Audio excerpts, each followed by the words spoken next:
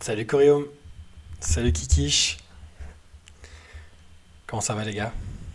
Est-ce que vous avez passé une bonne soirée? Salut Maestro, yippee salut le petit Chlem, merci encore pour tes emojis. J'ai essayé de les intégrer, euh, je sais pas si ça a bien fonctionné, visiblement il y a quand même une limite de 5 de 5 emojis, émoticônes. Impec, je suis sur COD, Call of Duty. J'ai pas joué depuis un million d'années mais... Salut Zinzin, salut Father Will, salut Loulou, et bonsoir Borenz. Est-ce qu'Antoine a l'appendicite? Non, non, Antoine normalement est rétabli. Je pense qu'Antoine a dû aller à l'entraînement. Antoine n'est pas encore rentré de l'entraînement, ça ne saurait tarder. Et effectivement, comme dit Petit Jean et comme dit Sorrento, bonsoir à tous les laters. Ouais, t'as vu la réponse sur YouTube du coup? Ah non, y a pas de souci. Mais l'adresse mail, j'ai pas regardé. Parce que Théo est revenu, donc j'ai pas checké les mails si tu y as répondu. Pour pas me spoiler les questions du week-end. Salut Flo, salut Saruman, Hello Momokinen et Miguel Jordanez. Hola Stan Goodspeed. Salut Raph pour le bref passage sur la late. Ça bosse ce soir, j'imagine. Bah tu vois tes emojis ils passent très bien. Merci encore hein, pour ces petits émoticônes, c'est cool. Salut Redouane. Qu'Antoine ne parle plus jamais de management, les dents, la grippe, la blessure d'entraînement, la gastro, non mais oh. Ah mais le pauvre, il a une vie, hein, vous savez, on est tous sujets à la maladie, aux problèmes dentaires. Antoine, il retourne demain matin d'ailleurs chez le dentiste, c'est pour vous dire que c'est pas si simple. Une session avec un ordre du jour, alors doucement, n'allons pas trop vite en besogne. Avec Antoine, on voulait faire un petit retour sur les équipes qui avaient le plus mal drafté, enfin qui étaient le moins compétentes dans l'exercice de la draft depuis 2010. On en discutait ce matin et on en parlera sans doute ensemble tout à l'heure. Comment ça va, Séraphin? Un backup sur l'affaire Gilbert, ça fait plaisir.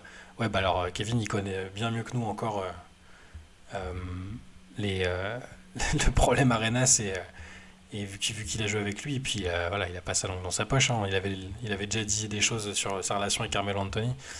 Et ça ne m'étonne pas que. Enfin, ce qu'il a dit sur Gilbert Arenas dans son passage chez la First Team, je crois. Il était avec la First Team et ouais, ouais, bah, il a confirmé quoi. Théo avec le fusil à pompe et le portrait de Bill Burr en fond. C'est ça? Ah non, Butler. Bill Burr. Il aime bien Bill Burr aussi, c'est pour ça, hein. Ouais, il est magnifique. Merci pour l'abonnement Street Greg, c'est cool. Merci beaucoup. Salut Joe Cole, salut Diego Morito. Avant que le hater des sports mineurs n'arrive, d'ailleurs il y a un émoticône des sports mineurs, sport annexe, je crois, que nous a fait le petit chelem, si vous voulez l'utiliser. C'est l'Open de France de badminton cette semaine. Bah, Flo, fais-nous, dis-nous qui a une chance de l'emporter chez nous, ou chez vous, en Belgique. Il a backup quoi exactement? Il a backup juste le fait que Arena c'était un peu con, peut-être. Sur tout ce qu'il a dit sur les Européens, si tu as pu suivre un peu sur le fait que le problème de défense en NBA c'était lié à la présence des Européens. En gros, en les dégageant, on serait tranquille. Ben Alternatif est monté dans le wagon. Je soupçonne Ben Alternatif d'être Benjamin Moubèche. Peut-il le confirmer? Salut Soub. PS, les Celtics ne doivent pas gagner, ils ont même fait un film sur leur année. Non, vraiment, pour le divertissement, ça doit sortir au premier ou deuxième round. Je ne demande que ça. Ah, quand même. Oui, ils vont peut-être pas gagner, mais je pense pas qu'ils en seront très très loin quand même. Ils sont sacrément dominants à l'Est et s'ils floppent en playoff, ce sera une grosse déception quand même. Le petit Chelem, tu es peut-être le cadet du chat, ouais. C'est très possible. À 23 ans, on est entre personnes âgées ici, hein, tu le sais bien.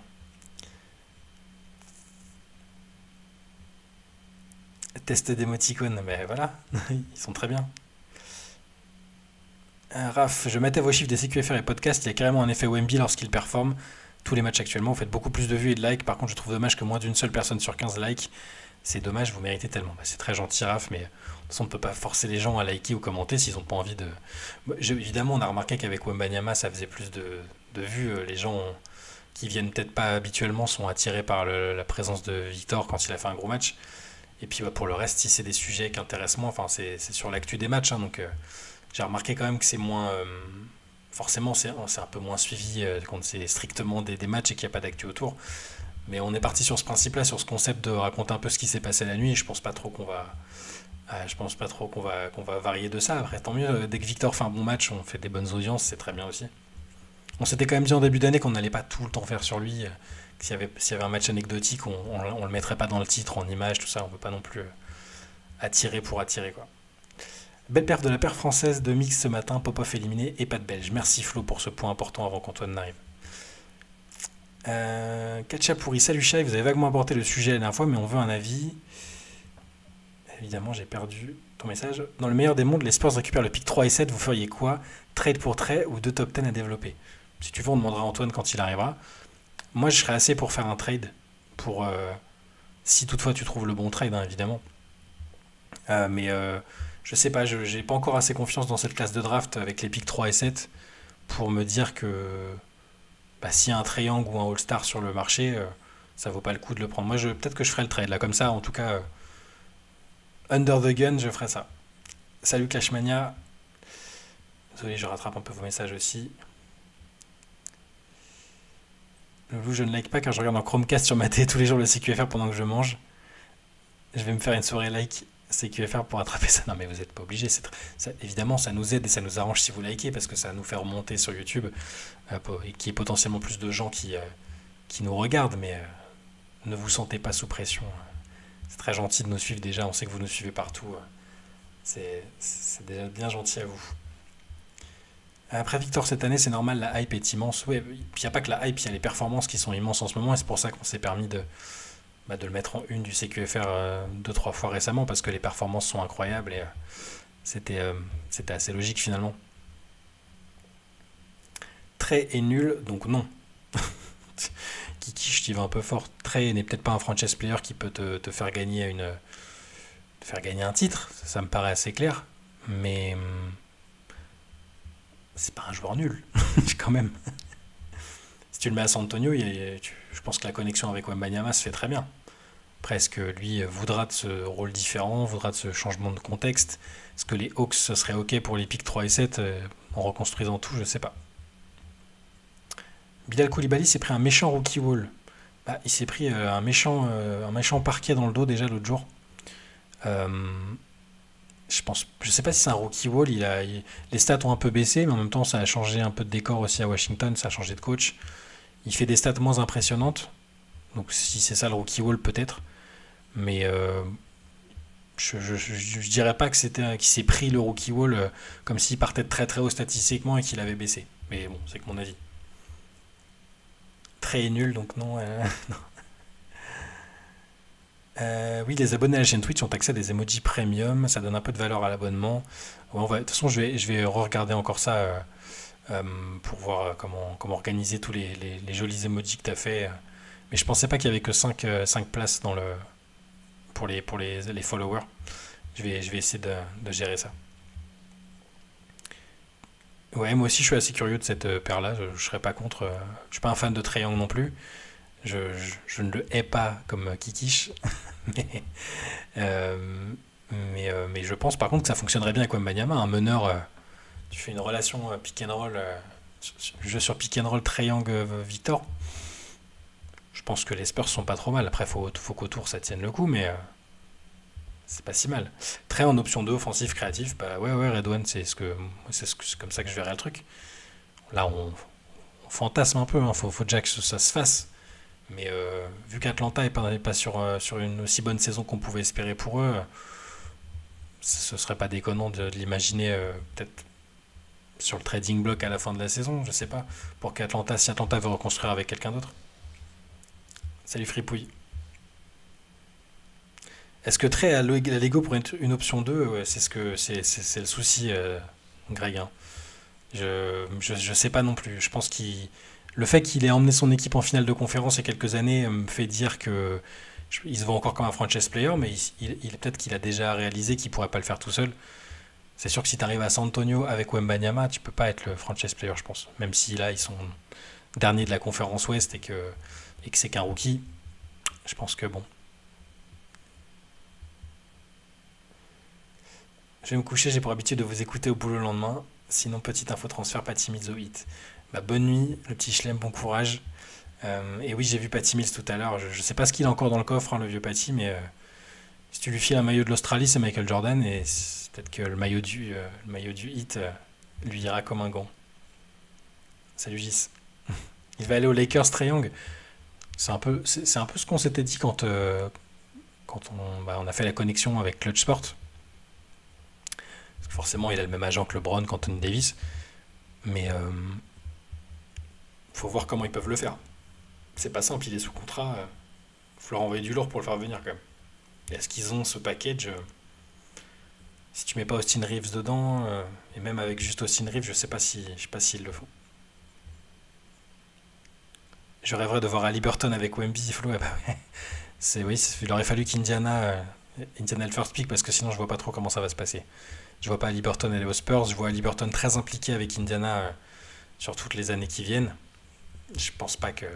Je pense que ça va plutôt être le genre de joueur qui va essayer de faire venir une autre star parce qu'il a un jeu altruiste, il est tourné vers le collectif et il espère attirer comme ça, mais je les vois pas jouer ensemble malheureusement. Salut Arwan. Les Spurs ont besoin de défenseurs autour de Wemby, ouais. Ils ont besoin d'un effectif un peu plus chevronné, on va dire. J'ai pas eu l'occasion de suivre le début de carrière de LeBron, mais là on est trop gâté pour l'avenir. On a Doncic et Wembanyama. Ah, LeBron, on a quand même vite vu que c'était une dinguerie, hein. Euh, L'équipe était pas compétitive tout de suite, mais elle l'a été rapidement. Il fait quand même des finales NBA pour sa quatrième saison, je crois. Il a quand même vite, avec une équipe qui était plutôt médiocre sur le papier à l'époque. Bon, il s'est mangé un sweep contre les Spurs, mais c'était vite très très fort quand même. Et oui, on est gâté quand même. Et pas que pour l'avenir. Doncic, c'est le présent. Wembanyama, je pense pas qu'il faudra attendre 5-6 ans pour le voir compétitif, enfin, que son équipe soit compétitive. Il était cramé les dernières fois, Patty. Ouais, c'est un peu malheureusement le sentiment que j'avais eu, notamment à Brooklyn. C'était un contexte particulier, mais ouais, c'est pas le, mais on l'avait vu meilleur, le Patty. Bon, après, ils en attendent quoi? Ils en attendent 10 minutes en sortie de banc. Il peut le faire, il peut scorer sur ce temps-là. À propos des Lakers, Gabe Vincent est toujours vivant. Oui, mais il joue pas, je crois, hein. Il est revenu ou pas? Attendez, je vais regarder. C'est ça le problème, c'est que quand on regarde les matchs par bribes, euh, parfois on loupe des mecs qui sont revenus, qui jouent 5 minutes. Gabe Vincent, sauf si vous avez l'information évidemment avant moi. Son dernier match à Gabe Vincent, c'était le 21 décembre à Chicago. Donc non, il n'est pas revenu. Je me disais bien que je ne l'avais pas vu de toute façon, mais... Ali Burton, depuis le play-in, il est moins bon, ça, Roman. Et alors, c'est pas vraiment le... Alors, il y a tu veux dire, le in-season tournament, c'est aussi c'est la blessure, surtout. Il s'est blessé, il a fait un grand écart spectaculaire, il s'est blessé aux ischio, il a eu beaucoup de mal à revenir. Le gap entre ses stats avant et après est assez impressionnant. Salut Turbo Plankton, première fois en Late Session, bienvenue parmi nous. Et merci d'écouter nos podcasts. Antoine ne va pas tarder, si tu étais venu spécialement pour voir le joli minois d'Antoine Pimel, il va pas tarder, il vient de rentrer chez lui là. Donc il va pas tarder à nous rejoindre. Quel meneur pourrait être drafté pour Wemby dans la prochaine draft? Bah, si c'est très haut, enfin si les Spurs ont logiquement un pic très haut qu'ils ne le traitent pas, ça peut être Rob Dillingham par exemple de Kentucky, qui est monté dans la dernière prévision d'ESPN. C'est pas mal du tout, il y a du playmaking, c'est assez fort. Je sais pas si ce sera fort tout de suite, mais c'est quand même un beau potentiel. Profitons de Jordan Poole, excellent sixième homme. Oui, on va dire ça avec Washington, il a carte blanche. Effectivement, ça peut un soir être du 3 sur 17 et le lendemain 12 sur 18 comme l'année dernière ou 11 sur 18, je sais plus. Patty, il faut lui faire jouer avec un maillot australien, ouais. C'est ce que je disais, Flo, tu vois. Raph nous demande, j'avoue, j'ai très peu vu jouer Brandon Miller, c'est si fort que ça, quel est son plafond? J'étais très sceptique sur Brandon Miller. il est bon quand même. Il joue dans une équipe compliquée. Ce qu'on voit est très très intéressant quand même. Je pense vraiment que c'est pas si mal compte tenu du contexte et de son propre contexte d'ailleurs. Il fait partie un peu du côté, je vais dire Cassos de manière un peu péjorative, mais qui a eu des soucis avec la justice. C'est un beau joueur de basket quand même, hein. Il a de quoi faire. Le plafond, je l'ignore, mais potentiel All-Star, clairement. Sinon, les Spurs pourraient aller chercher un Brogdon super fit et vraisemblablement accessible pour un prix correct. Ouais, Brogdon qui est un peu coincé à Portland. Oui, oui, ça peut être un profil. J'ai toujours du mal avec sa fiabilité physique. Il a tendance à se blesser, mais ça peut être ouais, un meneur vétéran comme ça. Ouais. Tu as vu la vidéo de Celtics? Ouais, ouais, Simon, je l'ai vu. C'est absolument magnifique. Ouais, je sais pas si vous l'avez vu, les paniers. On voit leurs paniers s'enchaîner sans qu'il y ait de coupure. En fait, t'as l'impression que c'est la même, en une seule séquence. Ouais, je vous invite à aller le voir, c'est magnifique. Euh, Kiki Shai pour les Spurs à la draft, tu drafts potentiel ou complémentaire avec Victor? Hmm.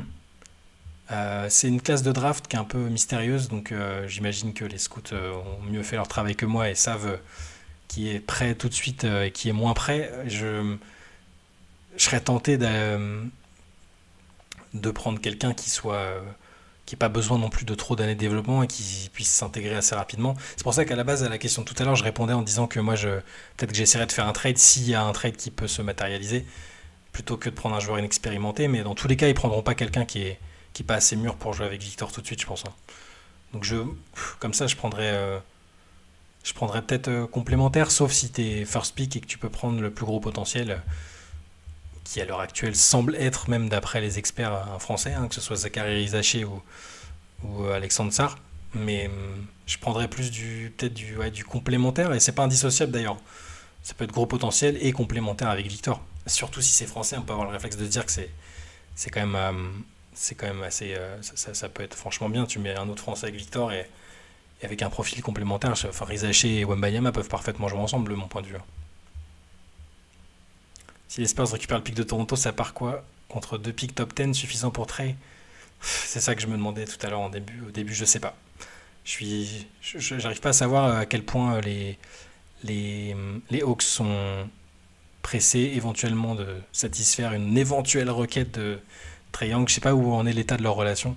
Ça va aussi dépendre de ça. Est-ce que lui va mettre la pression ou non? Les joueurs ont quand même les clés, quoi.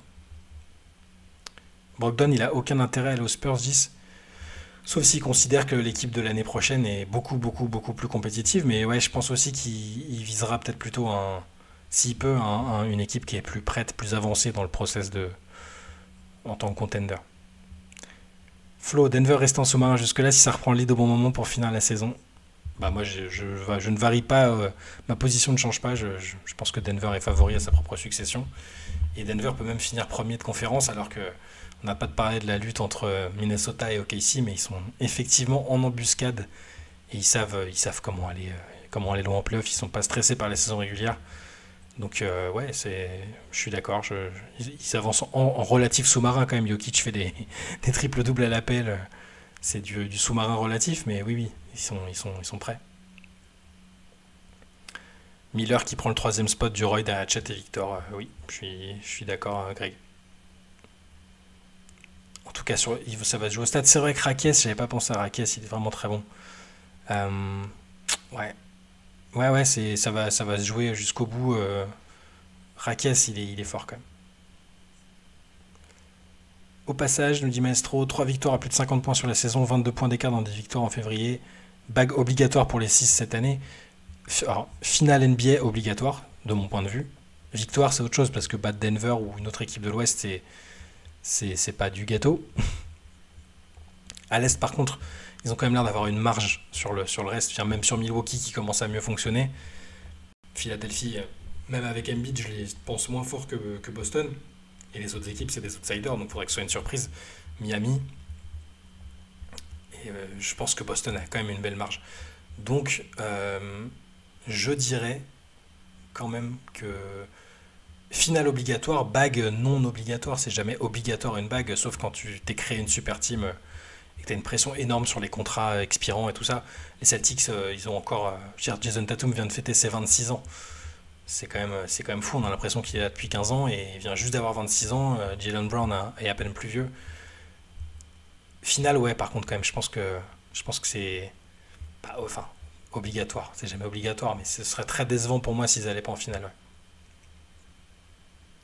Des nouvelles de Kylian Hayes, non, j'en ai pas personnellement. Pour Franck Nilikina, j'ai vu que Bibasket annonçait des contacts avec le Paris Basket, mais rien sur Kylian Hayes à ma connaissance. Et Airways, ils ont toujours innové, les Spurs, ils vont prendre Caitlin Clark. Non, non, non, ouais. Laissons-la briller en WNBA avec Indiana à partir du mois d'avril quand elle sera draftée plutôt que de l'envoyer en NBA. Clashmania, un deuxième français top 1 de la draft, Gilbert Arenas va faire une attaque. Ouais, plus il va y avoir d'Européens débarqués, et il y en a encore beaucoup dans cette classe de draft, hein, on en reparlera évidemment le moment venu, euh, mais il y a beaucoup d'Européens. Là, je voyais citer Nunez tout à l'heure, Nicolas Topic, il y a du monde, les Français, trois Français qui sont dans les 10 premières places quand même, hein. Entre Rizaché, Sarr et Salin, effectivement, Gilbert va nous faire une petite attaque. Théo Malédon, comment va-t-il? Théo Malédon a été coupé, hein, malheureusement, donc je pense que là, ça sent le retour en Europe. Quand tu écoutes les spécialistes d'envergure, quand tu es dans les 5 premiers pics, tu piques au talent, pas à la complémentarité, nous dit Arwan. Bah, je suis assez d'accord, je ne vais pas contredire envergure, ils s'y connaissent bien mieux que moi, et en général, en matière de draftologie. Après, je pense quand même que ça dépend des situations, mais du coup, je suis d'accord avec eux parce que moi, ma priorité serait de récupérer un vétéran fort, une deuxième star ou un joueur très très complémentaire de Wembanyama. Et si tu le trouves pas dans la draft, bah, soit tu piques au talent, au potentiel, euh, soit tu le trades. Est-ce que Pop a envie d'un Trae Young? Je pense que Pop se sent capable de coacher n'importe qui. Et je pense que Trae Young serait ravi d'être coaché par Popovic. Non, Arnaud, toujours pas de nouvelles de Kylian ou Franck. Cory, fais-nous la promo de votre dernière parution en attendant ton binôme. Commande de mon côté. Oui, bah, vos MOOC ne vont pas tarder. Je voyais que Diego aussi demandait des nouvelles de son MOOC. Ça va pas tarder, les gars. C'est Théo qui se charge de cette tâche herculéenne de tout transvaser et de tout vous envoyer. Et ça ne va pas tarder. Il l'a fait ces derniers jours. Donc les premiers MOOC vont arriver très bientôt si vous les avez précommandés. Voilà ce que je peux vous dire dessus. Si vous ne l'avez pas fait, si vous ne l'avez pas encore commandé, vous pouvez toujours le faire sur basketsession.com. Un MOOC sur les Spurs, donc. Hein. Si on en a pas mal fait la promo déjà, mais Théo était chez First Team justement il n'y a pas longtemps. Euh, voilà, sur San Antonio Spurs, l'histoire de cette belle franchise et des gens qui ont fait son histoire. Des news sur la blessure de Brunson, non, c'est vrai, il faudrait surveiller ça, Sorrento. Je sais que les rayons X, ils l'ont passé au rayon X, c'était négatif, donc c'est pas une grosse blessure, mais ça va le pénaliser peut-être un peu sur la fin de la saison régulière, je pense. Et les Knicks n'avaient pas besoin de ça. Mais on va surveiller ça, ouais. Les Mavs, c'est à désespérer, ça fait 6 ans qu'ils ont un talent générationnel à entourer. Évidemment, Luka a des défauts, mais c'est un talent générationnel, aucun doute. Et les Mavs n'ont toujours pas trouvé la vraie bonne formule pour lutter vraiment pour le titre. Bad management. Ah, ça, on verra à la fin de cette saison, mais enfin, avec ce qu'ils vont faire en playoff. Mais je l'ai dit depuis le début que je suis pas ultra fan que tes deux joueurs stars soient Doncic et Kyrie. Kyrie est excellent, Luka est fantastique. Le reste autour, les ajustements, je les aime bien. Je demande à voir en playoff maintenant. Je regarde juste si Antoine donne des news. Antoine va pas tarder. Antoine finit de manger. Maestro, au passage, Tatum est déjà dans le top 50 des meilleurs scores de l'histoire des playoffs, alors qu'il a 19 ans depuis seulement 7 ans. Ouais, mais quand il gagnera un titre, s'il gagne un titre, je pense que les gens reverront un peu leur copie sur lui. Il est quand même hyper impressionnant. Le bémol des Celtics, c'est peut-être dans la bagarre un relatif manque de soupçon d'âme dans les moments clés. Pour moi, il l'avait, hein, ça. Il l'avait l'année où ils vont en finale contre les Warriors avec Marcus Smart qui incarne un peu ça. Est-ce qu'ils l'ont toujours? On va voir. Ils vont être challengés de toute façon. Hein. Alors à l'Est, je sais pas. Il y a quand même des équipes qui vont leur rentrer dedans. Si ça joue Miami, ils vont essayer de leur rentrer dedans. Si ça joue même une équipe moins forte au début, ils seront mis au défi. Mais je les crois assez armés pour pas être plus inquiétés que ça.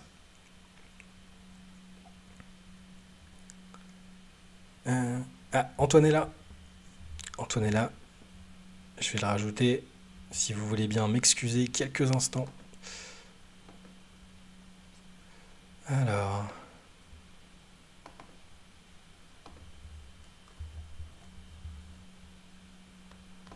hop, vous allez voir apparaître comme par magie Antoine Pimel en train de finir son repas. Ça marche pas. On voit pas ta caméra. C'est que j'ai dû rentrer le. J'ai rentré le mauvais lien. C'est la fatigue, ça. Ouais, j'ai rentré le mauvais lien. Excusez-moi encore une minute. C'est comme important d'accueillir convenablement Antoine Pimel. Hop. Ah, logiquement, c'est bon. Non, toujours pas. Qu'est-ce que c'est que ça?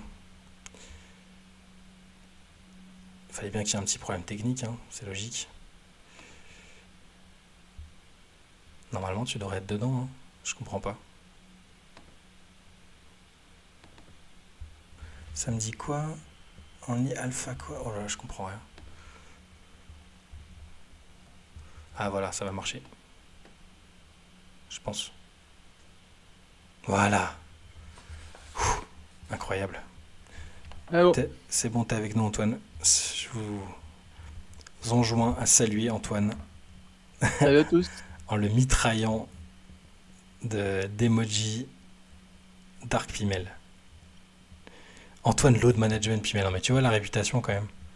Incroyable. Bon, le management, Le pauvre va chez le dentiste, se fait c'est un vrai charcuter, rendez-vous. et t'as encore rendez-vous demain, c'est ce que je leur disais. Exactement. Bon, comment s'est passé ton. T'étais à l'entraînement du coup quand même? Ouais, ça c'était cool. Y a pas un Serbe qui t'a abîmé la mâchoire en sortie de dentiste? Non, non, ça va. Salut à tous, salut les gars. Désolé, je mange quelques raisins, je vais me faire engueuler parce que je mange, mais. Alors de quoi vous parliez? Ça parlait un peu de tout. Je prenais des questions un peu en. Ça parlait un peu évidemment de Victor, de qu'est-ce qu'on ferait avec les pics des Spurs. Est-ce qu'il faut drafter au talent ou à la complémentarité? Est-ce qu'il faut trader? Euh, Talent. et voilà, et là du coup, ça parlait pas mal de Boston aussi. Est-ce que c'est un échec si Boston ne gagne pas le titre? Toutes ces choses-là. J'ai une question sur Boston. Vous trouvez pas que Tatum il est un peu sous-estimé C'est un peu ce que je commençais à dire là. Ah, dans dans la la course au course au MVP? MVP? Ouais, Bah, je regardais encore tout à l'heure, parce que pour tout vous dire, on est en train de faire notre synthèse pour la MVP race là, entre tous les membres de la rédac. je trouve qu'il y en a beaucoup qui l'ont mis bas quand même. Bah ouais, moi je l'ai peut-être mis un peu trop bas, mais parce qu'on part du Toi principe aussi, tu fais que. partie des. Ouais, parce qu'on part du principe que son équipe est folle et Ouais, que, mais ça. et que sans lui, peut-être que les Celtics souffriraient moins que bah, Jokic, les Nuggets sans Jokic, le Thunder Mm. sans Shea, tu vois. Je pense que Ouais, mais, c'est le raisonnement bête et méchant, quoi. mais est-ce que c'est pas injuste du coup? Parce que dans ce cas-là, dans ce Certainement. cas-là, dans ce cas-là, je veux dire, pourquoi ce serait pas Doncic le MVP alors? C'est lui qui a l'équipe la plus nulle si on l'enlève. Bah, c'est un paramètre, je veux dire, c'est un facteur le fait d'être le plus essentiel. Mais c'est pour ça que j'ai l'impression que c'est un mix des deux, tu vois. Ok, ici, avec Shea, ils sont premier, deuxième, enfin, ils sont dans ce range-là. Euh, Jokic, il est quand même assez haut. Je pense que c'est le classement des Mavs qui fait que pour l'instant, personne ne met Doncic en 1, je pense. Je vois par un Wolf qui dit ça gagne sans lui. Bah oui, ça gagne sans lui, mais est-ce que ça gagne enfin, ça gagne pas autant de matchs sans lui, hein. Là, les gars, les Celtics ils sont partis pour faire la. Vous vous rendez compte que c'est peut-être la meilleure saison de l'histoire des Celtics? De 67 wins, leur meilleur total. Ouais. Bon, je pense pas qu'ils iront jusqu'à 67, mais techniquement, ils iront peut-être à 65-66. Ça serait la deuxième meilleure saison de l'histoire de la franchise la plus sacrée de tous les temps.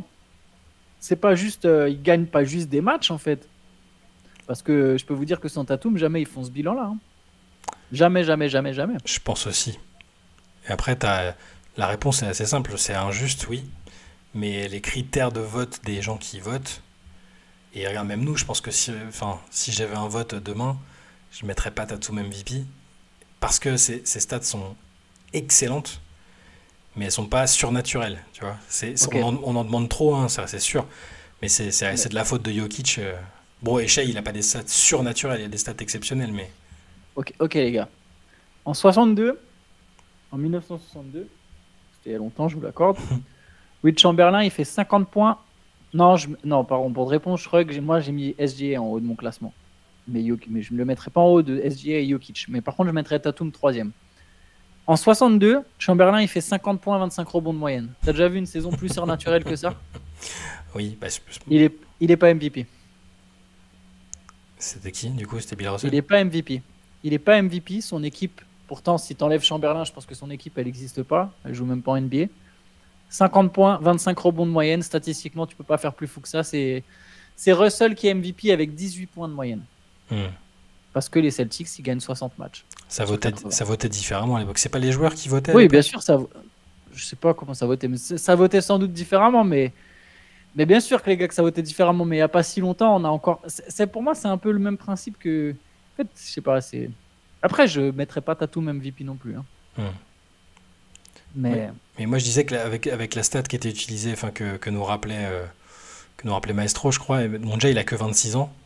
Il est même pas théoriquement encore dans son prime, et il est déjà il est déjà meilleur marqueur il est déjà meilleur marqueur dans les meilleurs marqueurs des playoffs, quoi.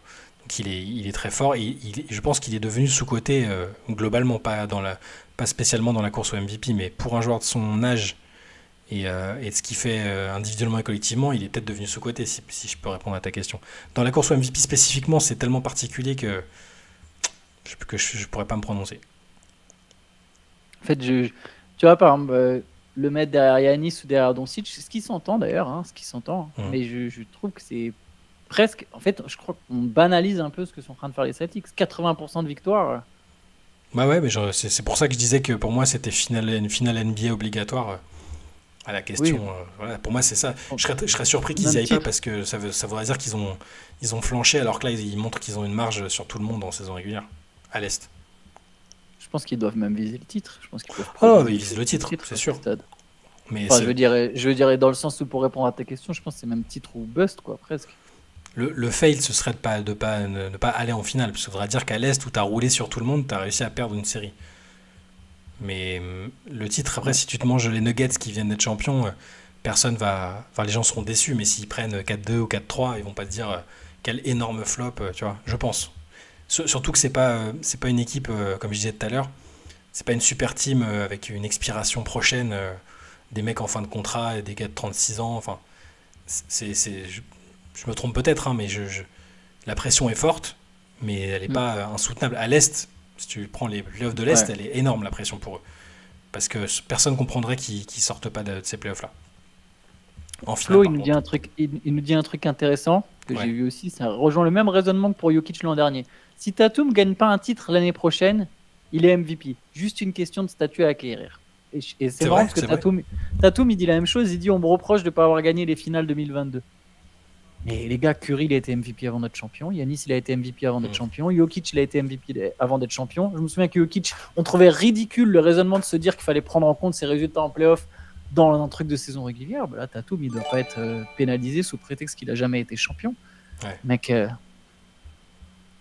après, s'il gagne le MVP des finales et qu'il est champion, je pense qu'il s'en foutra de ne pas avoir été MVP. Mais je vois ce que tu veux dire, Flo. Mais je trouve ça, je sais pas, c'est un peu bizarre, quoi. Il y a deux standards, quoi. Bah, c'est souvent reproché aux gens. En tout cas, selon les décennies, il n'y a pas eu les mêmes critères. À un moment, par réflexe, c'était le meilleur joueur de la meilleure équipe et c'était même pas négociable, presque. Et après, ça s'est mis à analyser un peu plus en détail, à utiliser d'autres critères. Et donc là, il est peut-être un peu pénalisé, presque par le niveau de son équipe et de ses coéquipiers, sans que ce soit pour autant une super team dans le sens traditionnel. C'est lui qui hausse d'abord le niveau de jeu de ses coéquipiers avant que ce soit l'inverse. Est-ce que c'est pas la définition de valuable ? Mais après, encore une fois, je répète, je le mettrais pas MVP. Je le mettrais pas MVP aujourd'hui. Je l'aurais pas mis MVP non plus. Le combat n'est pas le bon. Le combat n'est pas le bon. Je sais pas. Je trouve, en fait, je fais pas campagne pour que Tatum soit MVP, mais je pense qu'il devrait être un peu plus dans la discussion, en fait, un peu plus. Après, bien sûr que la puissance de Boston, elle est collective. Bien sûr que, c'est une équipe trop forte, en fait. Leur 5 majeur, il est juste trop fort, quoi. Il n'y a pas de règle, Redouane, sur le trophée. Il n'y a pas de règle, justement. Mais les règles implicites. Il n'y a pas de règle. C'est des... Les critères implicites, ils changent. Il suffit d'écouter les votants, en fait. les gens qui votent et qui ont des podcasts, tu écoutes leur raisonnement d'année après année. Parfois, ils regrettent un vote qu'ils ont fait avant, ils y réajustent. Un coup, ils vont s'appuyer sur des stats avancées, un coup, ils vont prendre le meilleur joueur de la meilleure équipe. Enfin, Joe Mazzulla, il a donné une définition intéressante. Il a dit, il faut être grand. C'est pas que de scorer, il faut être grand, il faut être un grand joueur. Il faut du succès durable, donc gagner beaucoup de matchs, et il faut rendre les autres meilleurs. Je pense que Tatum, il respecte au moins 2 des 3. Et sur rendre les autres meilleurs, c'est toujours un peu délicat parce qu'il n'y a pas de quantification, mais je pense quand même qu'il rend les Celtics meilleurs. Mais après, est-ce qu'il les rend plus meilleurs que Jokic rend les Nuggets meilleurs? Je dirais non. Et évidemment qu'il rend... je sais pas, chez Gilgeous-Alexander a un tel impact sur le Thunder que c'est... Je suis d'accord avec Loulou. Par contre, du coup, Giannis, il passe sous les radars aussi parce qu'il fait quasiment sa meilleure saison au niveau de l'efficacité et tout ça. Et il passe un peu sous les radars parce que son équipe a moins de victoires que ce qui était attendu, même si là ils sont deuxième à l'Est et j'ai l'impression qu'ils sont capables de le rester.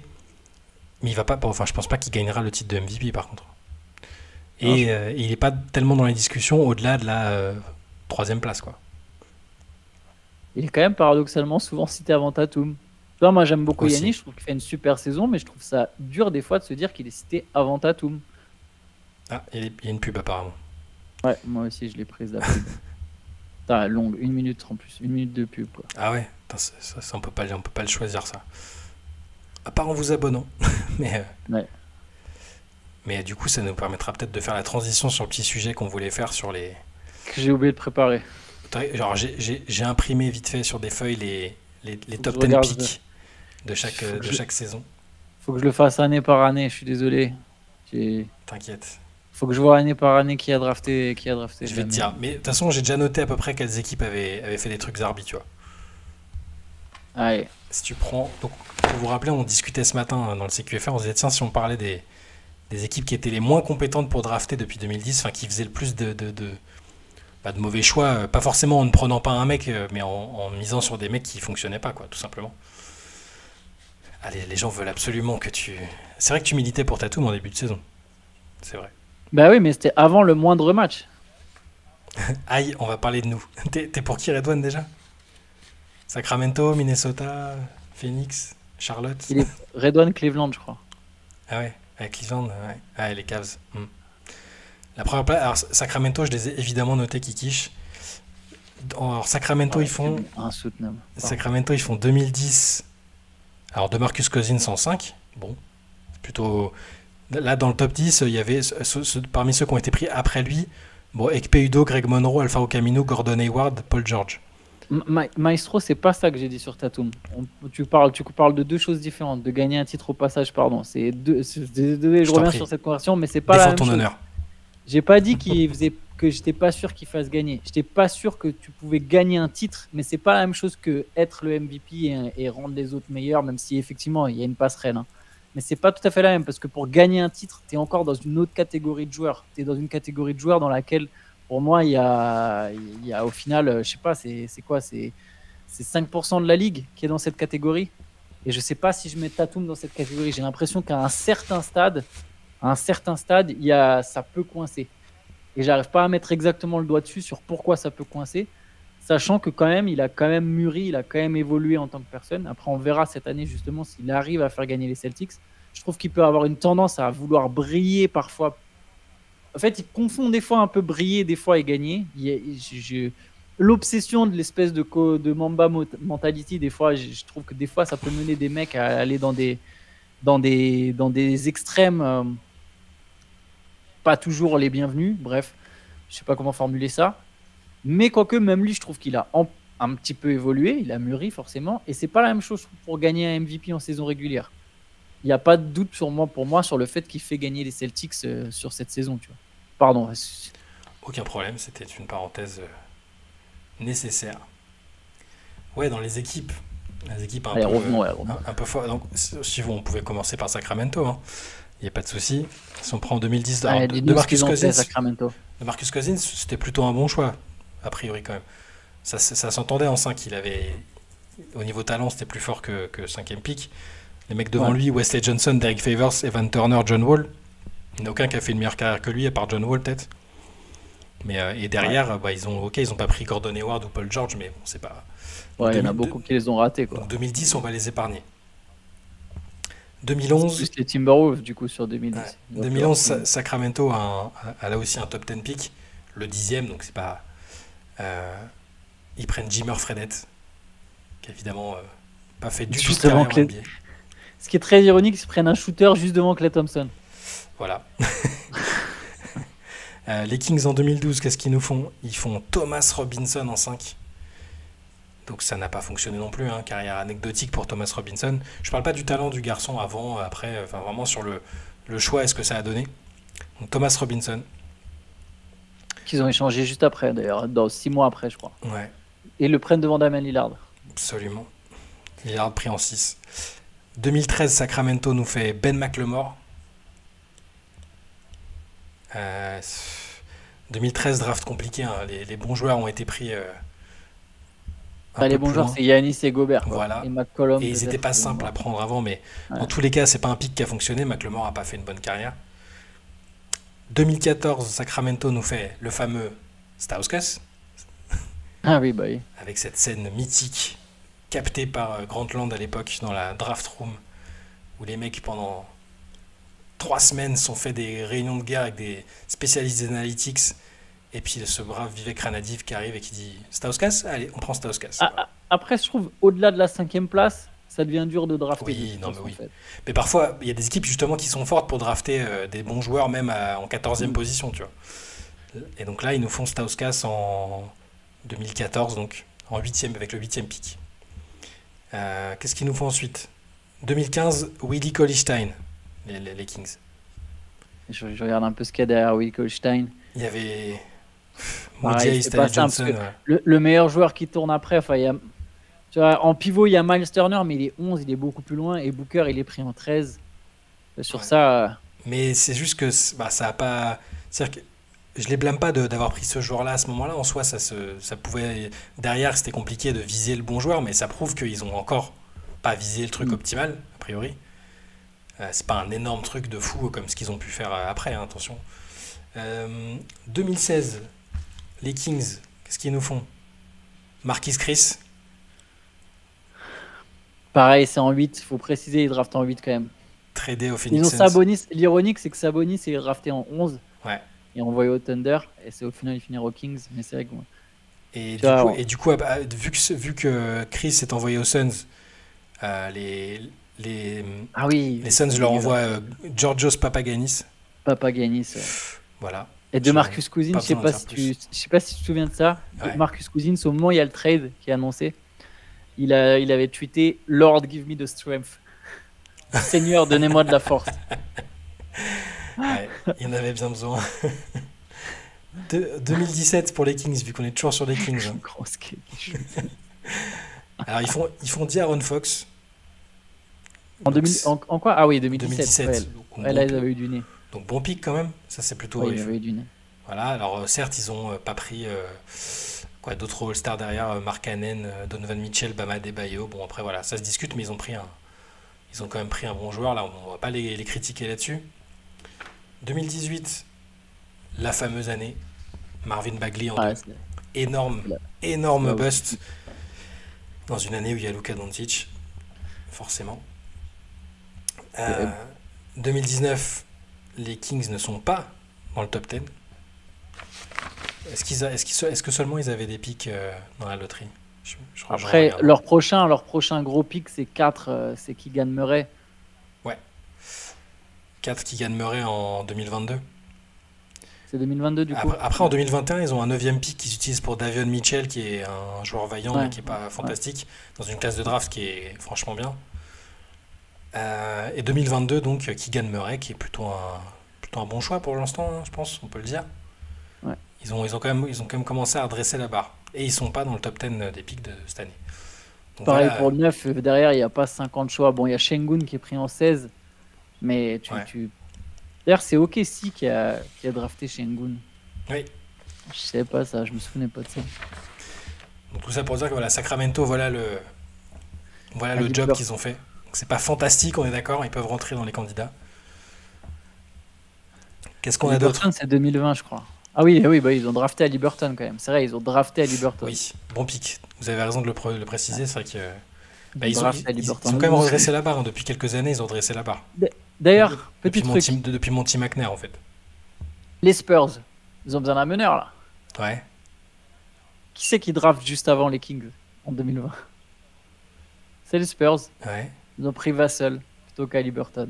Mais bon, Ah je ouais. pense qu'ils avaient peut-être encore Dejounte Murray déjà, si je dis pas Oui, de oui, bêtises. t'es encore là, ouais. Il y avait encore Dejounte Murray. Et s'ils draftent à Liberton, ils sont peut-être pas en position de drafter Wembanyama plus tard. Donc C'est ça. Ouais, il y avait Murray, il y avait Dejounte Murray. Ouais. Après Murray, c'est un 1-2, mais oui, oui. Je sais, je pinaille juste pour faire un retour arrière. Vous voulez qu'on s'attaque à quel mauvais drafteur Ouais. ensuite? On peut faire Moi, je veux bien Minnesota. Minnesota, j'y pensais. On Oui, commence Vassell, toujours c'est pas mal, à partir de 2010. Hein. À partir Ah, de on 2010. demande les 3 sinon. On demande... On peut faire des 3. Des 3 alors, Ouais. si vous voulez. Des 3 2010. Alors vas-y, 2010 Détroit. Greg Monroe. Attends, parce que moi, il faut que je regarde. 2010, c'est Greg Monroe. Donc Greg Monroe, bon début de carrière quand même. Faut le dire. Ouais. Après, quelques petits soucis. Pareil, il y a Paul George derrière, mais bon, tu peux pas forcément le C'est pas leur plus mauvais choix. Ok, ça annonce du lourd. Merci Alex Le Formal. 2011 pour les Pistons, Brandon Knight, plus célèbre pour cette pris un dunk de l'espace de DeAndre Jordan que pour autre chose. Donc ouais, Brandon Knight. Donc au-delà des joueurs qu'ils auraient pu. Il y a Kemba Walker juste derrière quand même. Ouais, mais c'est dans le même profil. Voilà, le joueur aurait pu être correct, mais ça a pas payé. 2012, Détroit fait André Drummond. Bon. Ah oui, Dédé Drummond. Dans une autre NBA en 2012, c'était plutôt bien. Ouais, puis plutôt bon. Enfin, je veux dire, il n'y a pas derrière des gros pics, des gros mecs oubliés. Ouais. Le prochain All-Star en 2012, derrière Drummond, il faut remonter au 35e pic, c'est Draymond Green. Ouais. Voilà. Joe Daniel, on fait équipe par équipe en fait. On regarde un peu les faits d'armes de chaque équipe sur les 14 dernières années du coup, puisqu'on partait de 2010. C'est pas une draft à proprement parler, on regarde juste qui a vraiment mal drafté. Qui a fait des erreurs. Et donc 2012, Détroit fait André Drummond, donc ça va. Bon, même si entre temps la NBA a changé et qu'il est plus trop adapté, même s'il lui arrive de prendre 25 rebonds par-ci par-là. 2013, Détroit fait Kentavious Caldwell-Pope. Ouais. Salut Raph. Pas mal. Bon courage Raph pour le taf. Ce qui est ironique, c'est qu'ils prennent d'aucun arrière. Alors, Kentavious Caldwell-Pope, il n'a pas forcément décollé à Détroit derrière, mais il y a CJ McCollum 2 rangs derrière, quoi. Ouais. Caldwell-Pope qui a été meilleur ailleurs, avec moins de problèmes judiciaires. 2014, Détroit n'est pas dans le top 10. Ah, ils étaient allés en playoff. Moi j'ai que le top 10. Ouais, ils avaient fait playoff. Moi j'ai que le top 10 à chaque fois. Ou ils avaient transféré leur pick peut-être. 2015, ils avaient transféré leur pick. Ils avaient le 9e choix, ils l'avaient envoyé à Charlotte. Et t'as raison, Robert, Détroit, ils abdiquent rapidement avec leur pick. Kylian Hayes peut en dire quelque chose du coup. Et encore, il est resté quelques années de plus que certains. 2015, Stanley Johnson, très bon joueur à la fac. J'y croyais, j'y croyais à Stanley Johnson. Avec Arizona, je crois. Ouais. Et ça J'aime bien la fac d'Arizona. Ça n'a pas du tout marché. 2016, qu'est-ce qu'ils nous ont fait en 2016 ? Attends, je regarde, j'ai sous les yeux. Ils draftent pas Ils sont pas là. Ils sont pas dans le. Ah si, enfin non, ils draftent que en 18e position Henry Ellenson. Donc ça c'est pas. Carrière complètement anecdotique. Tout à fait. Et ils le prennent devant Malik Beasley et Caris LeVert, qui sont tous les deux encore aujourd'hui en NBA. 2017, ça ne pique pas très haut non plus. Pour l'instant, c'est pire que Sacramento, je trouve. Sauf le truc Doncic, quoi. Après, c'est quoi, 2017, ils prennent Kennard devant Mitchell et Adebayo. Pareil, donc tu veux un arrière shooter, ils ont pris Kennard devant Mitchell. Ah ouais. Ouais. Kennard est 12, 13e c'est Mitchell, 14e c'est Adebayo. Je comprenais pas, j'étais sur 2019 moi. Parce qu'ils y étaient pas. Ah oui, ça va Kennard, mais bon, Kiki, entre Kennard et Mitchell, si tu cherchais un shooter, bon quand même. Ouais. Excuse-moi, il y en a un qui est quand même un peu plus intéressant que l'autre, quoi. 2018, ils sont pas. 2019 non plus. Enfin, en tout cas, ils sont pas dans les fortes positions. Ouais, 2020, Kylian Hayes. Voilà, on peut. Attends, ça faut dire devant qui, parce que ça pique. pour Killian Hayes. Ouais, alors Kylian, oh, quoique juste derrière. Donc ils ont pris un meneur. C'est vrai qu'il y a Haliburton, mais qui est pris en 12. Donc il y a beaucoup d'équipes qui peuvent sous-estimer Haliburton. Haliburton, je me souviens de cette draft, un peu des mock drafts. Il était un temps annoncé dans le top 8. Il est même monté jusqu'en 4. Je crois que 4, c'était le plus haut qu'il était annoncé. Et au final, il est redescendu. Mais ouais, il y avait moyen d'avoir Haliburton. Il y a David Vassell aussi. Mais les joueurs juste derrière, c'est Obi Toppin, Deni Avdija et Jalen Smith. Ouais. Bon, Avdija va faire sans doute une belle carrière. Mais derrière, bon, c'est pas... Il y a Tyrese Maxey qui est pris en 21 parmi les meneurs arrière. Ah ouais. On en était à 2020. 2020. Donc 2021. 2021, Cade, Cade Cunningham. plutôt pas mal, a priori. Plutôt pas mal. C'est pas encore celui qui a le plus confirmé de la. Oh, ça, non, ça va. On n'est pas encore. Franchement, tu refais une draft non, 2021, oui, tu prends qui en premier? Après, je prends. Je sais pas, je fais le Homer et je prends Franz Wagner, mais non, j'exagère. Sur le talent brut, c'est quand même pas mal Cunningham. J'attends avant de me prononcer. Le potentiel d'Evan Mobley il me plaît bien, Scotty Barnes c'est il y a fort. Scotty Barnes aussi, c'est dur de savoir en fait. Wagner, même Kuminga, le potentiel. Wagner, Franz Wagner. C'est quelle année? C'est 2021 aussi? 2020? C'est cool. Non, je sais plus. C'est cool, je sais plus. Attends, je vais vous le dire. C'est 2019, non? C'est cool Doumbouya? J'ai un doute. 2019, c'est ça, c'est 2019. Ok. Je sais même plus en quelle position il est drafté. Aussi, c'est à mettre. C'est un échec. Bon, c'est pas un. Faut voir qu'ils ont pris. Attends, ok, je vais vous dire qui est pris derrière. Juste derrière, c'est Chuma Okeke. Bon, il est encore dans la ligue, mais c'est pas. Il y a Nickel Alexander Walker, mais bon, c'est pas. Mais en fait, c'est même pas le savoir. Parfois, c'est même pas juste de. C'est même pas de se dire, ils auraient dû prendre un tel. C'est juste que le joueur en lui-même, ça n'a pas du tout marché, même indépendamment de qui ils auraient pu prendre ou pas. C'est ça qui est Doumbouya, Killian Hayes, ça a été des échecs retentissants. Ils sont plus dans l'équipe. C'est forcé de constater que c'est des échecs. 2021, on a dit donc Cade Cunningham. 2022, Jaden Ivey. En 5, ça me semble honnête. Ouais, c'est honnête, mais faudra pareil, il faut attendre un peu. Il faut voir qu'ils auraient pu prendre la place.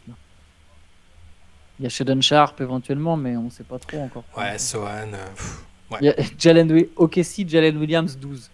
Ça, c'est beau, ça. C'est fort. Bah, ça, c'est une équipe qui draft bien pour le coup. Deuxième choix. Et 2023, Ozar Thompson. C'est pour l'instant intéressant, à défaut d'être sûr que ce soit fantastique, mais c'est intéressant à cette position-là, c'est plutôt bien quand même. Bon, entre les deux, pour l'instant, je trouve que. Bon, à Sacramento, il y a la dinguerie Doncic, mais bon, c'est. Ouais. C'est délicat, mais je dirais qu'il y a plus de ratés globaux chez les Pistons, juste ça c'est moins violent, quoi. Vous voulez faire Minnesota? Ouais, vas-y, fais Minnesota, c'est pas mal. Hein. Il y a une forte candidature. C'est que c'est pas mal, et en plus, on commence même pas par 2009. On a oublié de rappeler 2009 d'abord. On va faire 2009 avant, c'est obligatoire. 2009, ils nous font. En plus, ils cherchent un meneur. Donc, ils cherchent un meneur et ils ont 2 pics de suite. Ils ont le 5 et le 6. Ils font Ricky Rubio en 5. Bon, carrière. Ils ont pris 2 meneurs. Hein. Ils cherchaient un meneur, ils en ont pris 2. Ricky Rubio, carrière très honnête en NBA et génie en Europe et MVP d'une Coupe du Monde, donc très bon joueur. Mais Et tiens, attends, regarde, j'ai une petite question pour toi. Qu'est-ce qui irait bien avec un meneur comme Ricky Rubio qui ne sait pas shooter, mais qui est un très bon défenseur, donc capable de défendre contre des 2 si jamais tu veux l'associer à un autre petit, qui est un très bon playmaker si jamais à côté tu cherchais un shooter qui serait par exemple excellent sans le ballon. Tu as un joueur avec, je sais pas, avec quel autre meneur tu pourrais associer Ricky Rubio aujourd'hui, tu vois? Quel type de profil, tu vois? De quoi? Avec Curry? Bah oui. Ouais, bah oui. Évidemment. Et en tout cas, à l'époque, le potentiel de Rubio, que tu prennes en 5, c'est pas si choquant. C'est pas si choquant. Et derrière, en 6, ils pouvaient donc reprendre Curry et ils ont pris Johnny Flynn, qui a été un flop gigantesque. Il avait du gros potentiel à Syracuse. Pas si mal commencé d'ailleurs. J'aimais bien, ça commence correct, mais ça commence et ça finit beaucoup moins bien que celui qui a été pris juste après, c'est-à-dire Stephen Curry. Et même indépendamment du raté avec Curry, Flynn n'a pas du tout fait une bonne carrière. Sur le moment, tu as raison Robert, c'est pas ultra choquant. Après, quand on suit la NCAA à cette époque-là, ok, il a du potentiel, mais Curry, il a fait un run énorme avec Davidson la même année, donc bon. C'est même pas que sur le choix qui se justifiait ou pas, c'est juste le résultat fait que Rubio a fait une carrière solide de meneur correct, backup par instant, titulaire à d'autres. Mais voilà, ça ne peut pas dire que ça a été un pic génial pour les Wolves en définitive. L'année d'avant, ils avaient pris Kevin Love, donc ça c'était bien. C'est après que ça se gâte, à partir de 2009. 2010, 2010, ouais. Wesley Johnson, en 4. Juste devant DeMarcus Cousins. Ouais, c'est pas fou, hein. Ça n'a pas fait une très bonne carrière avec Minnesota. Hein. Tu peux avoir Cousins, Kevin Love. Ça aurait fait bon courage aux autres pour prendre Johnson un rebond. n'a pas été très bon avec les Wolves. 2011, tiens, un joueur qui est passé par chez toi, par le Bayern de Munich après. Derrick Williams. Oh ouais, en deux. En deux. Terrible. C'est pas une bonne classe Après, de draft. draft compliqué. Draft Ouais. compliqué parce que les bons joueurs sont venus derrière. Kawhi Voilà. 15, Clay 11, Vucevic 16, Jimmy Butler 30. Tu vois, c'est Isaiah Thomas 60. Bonne parenthèse de Joe Danilos, au passage, qui dit du coup c'est les équipes qui draftent mal ou qui n'arrivent pas à développer leurs jeunes. La question Ah, se c'est un pose peu des surtout pour deux. une équipe comme Détroit. Alors quand c'est aussi frappant qu'un joueur est mauvais dans une équipe et dès qu'il s'en va il est très bon là, voilà. Mais on ne sait pas s'il les ruine à tout jamais, comme les Pistons, ou s'il y avait vraiment une chance qu'ils fassent quelque chose. T'as raison, c'est une question qui se pose vraiment. Je pense que c'est effectivement un mix des deux. Derek Williams est arrivé trop tôt en NBA. Pas Trop un tôt en mauvais NBA, joueur, mais... il collerait mieux au basket d'aujourd'hui, quoi. Ouais. Mais même, donc, il y a des joueurs après qui n'ont pas fait des carrières fantastiques non plus, mais ils ont quasiment tous fait des meilleures carrières en NBA que Derrick Williams. Hein. Enes Kanter, Tristan Thompson, Valenciunas. Bon, Wesley est reparti très vite. Biyombo, il s'accroche. Brandon Knight, bof. Kemba Walker, voilà, All-Star. Et bon, Jimmer Fredette. Salut Trotsky. New Orleans, c'est dans la place. Et l'autre, Trotsky. Il est là. 2012, ils ont pas de pic. 2012, pas de pic. 2013, j'en vois pas non plus. Ils l'ont envoyé à Utah. S'ils Ouais. avaient le 9e, ils ont pris Trey Burke devant CJ McCollum. Et du coup, ils l'ont envoyé à Utah pour prendre Shabazz Muhammad. Ah, Shabazz Muhammad et ses problèmes d'année de naissance. Du coup, ils draftent Shabazz Muhammad devant Yanis aussi. On peut le tourner comme ça. Ça peut aussi se tourner comme ça. 2014, j'en vois pas dans le top 10. J'imagine qu'ils étaient pas loin des playoffs. Je vais voir, est-ce qu'ils n'avaient pas encore transféré leur pic. Je vois pas là, comme ça, j'arrive pas à... Ouais, ils avaient pas leur pick. Ouais. 2015, 4. 4, ouais. Bon, choix logique. Logique, oui et non. Sur le coup, ça discutait fort avec Jalil Okafor, mais ils ont plutôt bien fait vu la tournure de la carrière d'Okafor derrière. D'Angelo Russell en 2, ils n'ont pas pris Porzingis, ils n'ont pas pris... Ouais, bon, ça se justifiait et c'est bien, c'est quand même un très bon joueur, c'est un All-Star. Donc plutôt bien joué en 2015. 2016, ils nous font qui? 2016, ils font Chris Dunn ton gars Chris devant Dunn. en 5. Et juste derrière en 6, il y a Bud Hill, mais surtout, il y a Jamal Murray en 7, quoi. Ouais, de toute façon, Chris Dunn, il le trade à Chicago? Non, c'est pas tout de suite, c'est à la fin de la saison. Je sais plus où est-ce qu'il est tradé. C'est par la dans le suite. trade de Butler, je crois. Ah ouais, c'est ça. Mais donc bon joueur après, là, aujourd'hui, c'est un joueur relativement solide dans son équipe. Mais sur le coup, avec un 5e pick, ça pique, justement. Cette année-là, les Suns font quand même Dragan Bender, les mêmes Suns qui plus tard ont aussi esquivé Doncic. T'inquiète pas, on y viendra aux Suns. On y viendra parce qu'ils en ont fait des très belles. Les Suns, ils ont fait du lourd, ouais. Ah ouais. 2016, on l'a dit. 2017 pour Minnesota. Qu'est-ce qu'ils nous ont fait? Ils ont pris Markkanen, mais ils l'ont transféré au Bulls. Markkanen trade aux Bulls. Contre Jimmy Butler. Voilà, donc bon, le move logique. Bon gars, Jalil Okafor, on l'a eu aussi très sympa. Mais je n'en doute pas, Trotsky. Mais au niveau de la carrière, malheureusement, ça n'a pas été à la hauteur de ce qu'il a fait avec Duke. 2018 pour les Timberwolves. Ils vont en Rien. playoff, normalement. Ouais. Ouais, ils vont en playoff. 2019, là c'est moi qui ai cru en lui. Je l'avais mis très haut. J'y croyais après ses bons playoffs. Sa bonne March Madness, Jared Culver. Aïe. Ah oui, ils prennent Jared Culver. Jared Culver en fait, 6. et du coup, les Suns, avec ce pic-là, prennent Cameron Johnson avec le 11. Quoi. Ils ont fait un échange 6-11. Ouais, Jared Culver, oui, devant Kobe White, devant Rui Hachimura. Ouais, aïe, Culver, Culver, comme tu dis, ça Robla. pique. Mais Ouais, j'aimais bien Culver. un joueur qui avait l'air d'être un two-way player et ça n'a pas marché. 2020, first pick pour les Wolves. Anthony Ah oui, Edwards. bah oui, Anthony Bien Edwards. joué. Ouais. Bien joué avec le recul d'ailleurs. Ouais. Bah oui, de toute façon, après, t'as Wiseman, Lamelo Ball. Donc, ok, tu peux te dire Lamelo Ball, pourquoi pas, mais Edwards est un joueur déjà Non, plus Edwards. solide. Non, Edwards. Patrick Williams, Isaac Okoro, Topin, Avdia, voilà, bon, c'est bien joué. Sur le coup, c'est pas celui que moi j'avais plus vu jouer, Edwards, donc j'étais pas certain, mais c'est un bon choix. C'était un no-way player. Un no-way player. Ah, Street Greg, t'étais comme moi, ouais. Ouais, il était plein de talent. 2021 pour les Wolves, je 21, n'en ça vois va pas. être peut-être la dernière où ils sont. Oui, parce qu'ils ont transféré Kuminga Ouais, contre D'Angelo Russell. c'est ça. Donc ils auraient pu avoir le 7ème choix, prendre Kuminga ou Franz Wagner, quoi. Ils ont- Isaac, un top player cet homme. On sait que t'es fan d'Isaac Okoro, Adouane, t'inquiète. Et là, bah, du coup, sur les 2 dernières années, ça ne drafte plus parce Ouais, que ils sont- c'est- c'est plutôt compétitif. Minnesota, bon, il y a du très très lourd dans le raté et du solide quand même par instant. Enfin, du solide que tu peux pas louper, t'as le first pick. Ils ont 2 first pick quand même, les mecs. Hein.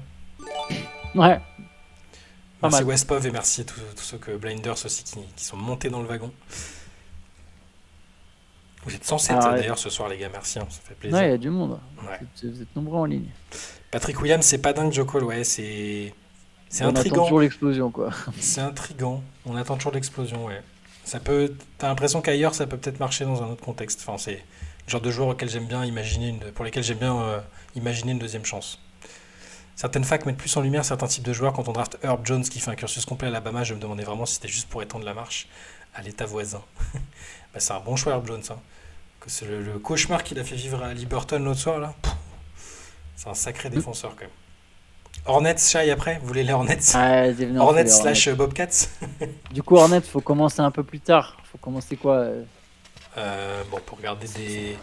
Je regarde un peu ce que j'ai. Parce que ça commence en 2012, alors. Faut commencer par Bobcats. Ouais, parce que sinon j'ai 2008 DJ Augustine, mais bon, ça c'est pas.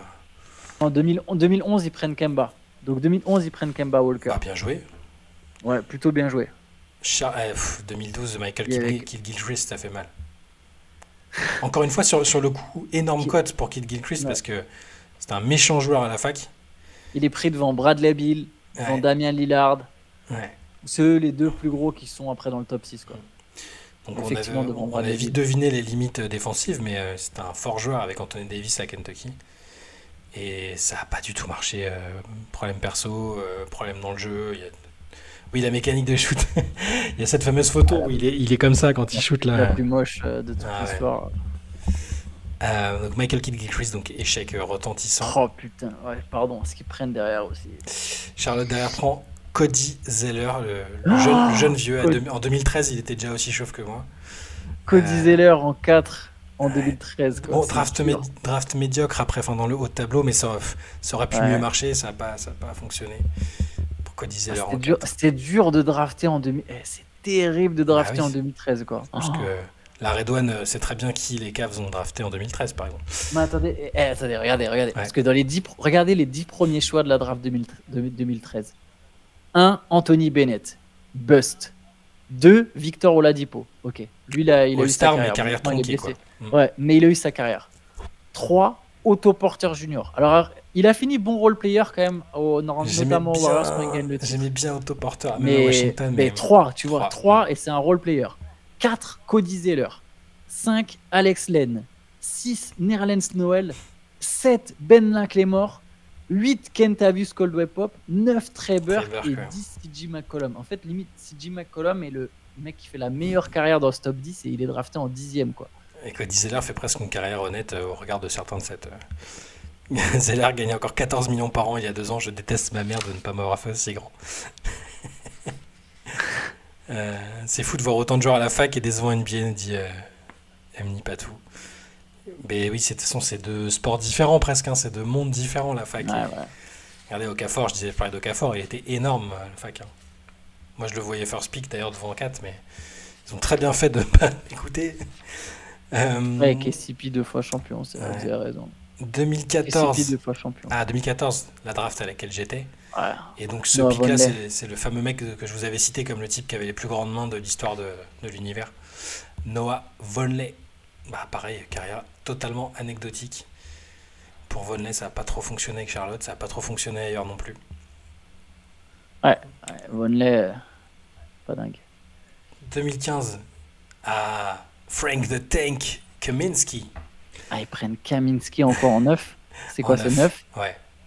Et alors, ils ont qui? Effectivement, derrière, bon, il y a Miles Turner qui aurait pu être un meilleur pivot. Mm. On voit la carrière de Kaminsky. Puis il y a Devin Booker un peu plus loin. Mais bon, Booker, c'est. Alors, encore une fois, c'est du 13. Ouais. C'est pas le plus choquant. Non. 2016, ils ont pas de pic. Ils ont pas, parce que je pense qu'ils vont en playoff. Ils font même. Ouais. 2017. 2017, qu'est-ce qu'ils nous font? Ils sont pas là non plus. Si, ils sont en 11, Malik Monk. Ils sont en 11, ils ont pris Malik Monk. C'était bien vu. Plutôt bien. Bon, il y avait Mitchell derrière, Donovan toujours Mitchell, sur le style un peu arrière Mm. scoreur. Et ouais, Blue Indian, t'as Kaminsky, pareil, voilà, très fort joueur avec Wisconsin. Wisconsin, je crois. Ils font une super saison et lui est énorme, mais voilà, c'est Oh. difficile à retranscrire en NBA. Oh, le plus beau, c'est Attends, 2018. alors, Oh. laisse-moi aller jusqu'en 2018. 2018, ces braves Hornets nous font. Moi, je l'ai pas dans les. C'est au-delà Bah, du top 10 alors. Ah oui, parce qu'ils ont fait chez Gilgeous-Alexander. Oh non! Ils ont drafté chez Gilgeous-Alexander pour l'envoyer un pic derrière. Hmm. Enfin, à l'équipe qui draft un pic derrière. Et donc, ils ont envoyé aux Clippers et en échange, ils Ah, ont pour pris Miles Miles Bridges. Bridges. Alors, ils ont quand même eu Miles Bridges qui est un bon joueur. Mais c'est dingue, en fait, tu vois. C'est. T'avais chez Gilgeous-Alexander, quoi. Allez, ouais, mauvais choix. Enfin, après, Bridges, si on s'arrête juste sur le joueur, bon, bah, au niveau talent, ils ont plutôt bien joué. Ah, mais il sera jamais un MVP candidat ce sera comme pas chez MVP, Gilgeous-Alexander, quoi. Non, c'est sûr. Mais bon, il y en a beaucoup qui ont passé sur Shea. Hein. Ouais, c'est vrai. Bon, de toute façon, Ah, les Knicks, c'est dégueulasse. Je vois au passage. Les Knicks, en 2018, ils prennent Kevin Knox, quoi. Attends, on s'occupera de leur cas aussi. Rapidement. Ah, il y a une pub, je crois. Ça me laisse le temps Ah de oui, regarder oh la là suite. là. Mais c'est que 7 secondes. Ouais. Voilà, Euh, fini. donc on disait 2018, c'est ça? Ouais, après à 2019. 2019, pareil. Après, j'ai là, rien en si top on 10. est honnête, chez, bon, c'est 11, mais c'est pas non plus méga abusé les Hornets. Hein. Il y a des trucs moches, Non, ça va. mais Eh bah, Ah. Gilchrist, ça pique Gilgeous dans les à échecs. place de Bradley Beal. Ouais. En 2019, ils font plutôt un bon truc. PJ Ils ont fait Washington. PJ Washington. Mais ils Ouais. l'ont pris devant Tyler Hero. Pareil, tu peux toujours te dire, bon, Le joueur lui-même a performé très correctement à Charlotte. Hein. c'est deux joueurs de Kentucky. Ils ont Ouais. drafté, ils ont préféré prendre Washington. 2020, la Melo Ball. Bon, c'est bien. Logique, Logique c'est en bien. tout cas. Et c'est pas un échec, il a déjà été All-Star. Et si ses chevilles sont en bon état, s'il arrête de mettre des chaussures Big Baller Brand, ça ira. 2021, Ils prennent Ils James sont- Bouknight Book Night, c'est moche. en 11. Ils prennent Ouais, Bouknight en 11. c'est pas beau. Après, derrière, c'est pas. Il y a Trey Murphy en 17, mais ça, c'est du style, tu vois. À ce moment-là, tu peux plus trop. Donc, c'est pas terrible. Kai quoi. Jones. C'est pas Kai Jones. Kai Jones, ouais, mais c'est plus loin, ça, non? C'est Ouais. 17 ou un truc comme ça. Ou 16, pardon, un truc comme ça. Ou 20, Donc voilà pour les Charlotte Hornets. Et derrière, Attends, en 2000. Ah, là, si, attendez, il y en a un beau aussi. En 2022, ils ont pris Jalen Duren et ils l'ont Ouais. envoyé à Détroit contre Mark Williams, Ah, c'est bien, mais voilà, Williams s'est blessé, qui est, donc on qui l'a est oublié. aussi mais- fort, qui est aussi Qui est aussi fort. un jeune pivot fort. Mais bon, Ouais, ouais. Jalen Duren, quoi. Et 2023, du coup, ils prennent Brandon Miller Ouais, pour plutôt que l'instant. Scoot Anderson. pour l'instant, c'est bien. Pour l'instant, c'est plutôt bien. C'est un bon joueur. Il a de la taille et tout, il est bon. Hein. C'est un bon joueur, Brandon Miller. Ouais. C'est Donc, pas celui qui m'a le plus Charlotte, c'est choqué. pas le plus déshonorant, c'est pas fou. Ouais. Pas le plus déshonorant. Vous voulez qu'on parle de qui, les gars, après? Et Phoenix, il y a une période où c'était pas mal. Hein. Ouf. Allez, vas-y, fais-nous Phoenix et après on se fait les Knicks. Ok. On va commencer 2010. par quelle année? Parce que 2010, 2010, Ils sont- ils sont au-delà ils du sont top pas 10. encore en playoff. Ouais, ils sont. Alors 2011, est-ce qu'ils sont. Je me souviens plus à partir de quel moment ça commence à partir en vrai. 2011, ils ont pris Marcus Morris, c'est plus loin. Alors attention, on va jusqu'à 2012, je les vois pas non plus dans le top 10. 2012, il devait être encore compétitif. Je crois que 2014, même Bon, ça 2013. commence en 2013, Alex Len. Ouais, C'est une Alex carrière Len. gigantesque. Alex Len en 5, pas simple. Bon, pas une grosse réussite. Mais voilà, on l'a dit, presque 2013, ça peut presque pas compter en fait. Ouais. Euh, 2000 2014, attends, c'est pareil, c'est la draft où j'étais. Non, ils font pas TJ Warren cette année-là? Ils font TJ Warren en 14. C'est ça. Je me souviens parce que le Pas pauvre, chaud. personne voulait lui parler au Et, truc de et la de- draft. 2015, ils font un joli coup. 2015, ils font un joli coup avec. Qui prennent Booker. Ah oui, ça va, plutôt un joli coup, ouais. Booker en 13. Donc, très Ouais. belle pioche. En quelle année ils nous font Dragon Bender du coup? 2016, ils Ouais. ont 2 pics dans le top 8. Ouais. C'est là où Marquis, c'est beau. Marquis Chris en 8 et Dragon Bender En en 4. 4. Ouais. Donc Bender, il y avait potentiellement Jamal Murray à la place. Tu pouvais faire Jamal Murray, Domantas Sabonis. Bender, il y avait des vibes Tony Kukoc dans les comparaisons même des médias locaux et tout, et ça n'a pas du tout marché. Terrible. Ah, Dragon Bender en 4, c'est compliqué. Ouais, mais sur le coup, il y Ah, avait tu du pouvais. talent, hein, mais ça a complètement foiré. Donc ça, Euh, c'était en 16. 2016. Donc 2017, 2017, qu'est-ce qu'ils nous font? Ils nous ils font prennent Josh Jackson Oh, Josh Jackson, devant Aaron Fox. le pire babysitter de l'histoire. Ouais. Ouais, ça, bah, énorme flop, Josh Jackson, du talent aussi, mais ça n'a pas du tout Juste marché. devant Aaron Fox. Aaron Fox qui avait une grosse cote en Hmm. plus. Ouais. Il avait fait une belle marche madness et tout. Il y avait vraiment moyen. Fox, il y avait moyen de le drafter haut. Même pour les Lakers qui ont pris en 2 Lonzo Ball, hein, il y avait Hmm. moyen d'aller chercher Aaron Fox. Donc ouais, donc ça, là aussi un échec. Et 2018, 2018, et là, c'est le drame. c'est le drame. Ils ont DeAndre premier Ayton. choix. Ils ont fait ramener en plus le coach. Comment il s'appelait déjà Kokoskov, ouais. Kokoskov, le coach de Doncic. Et qui c'est qu'ils prennent Qui c'est qu'ils prennent Dominaton. Dominaton. Effectivement, qui Ah. sortait d'Arizona. Alors, c'est pas un flop. Ayton, pour moi, c'est pas un flop. Non, c'est pas un flop, Alors, non. c'est un flop parce qu'il y a Doncic et même Trae Young. Mais sur le coup, c'est un bon joueur universitaire. C'est un local parce qu'il a fait la fac à Arizona. Il est ultra puissant. Et son début de carrière, finalement, ils sont en finale NBA pas si longtemps que ça.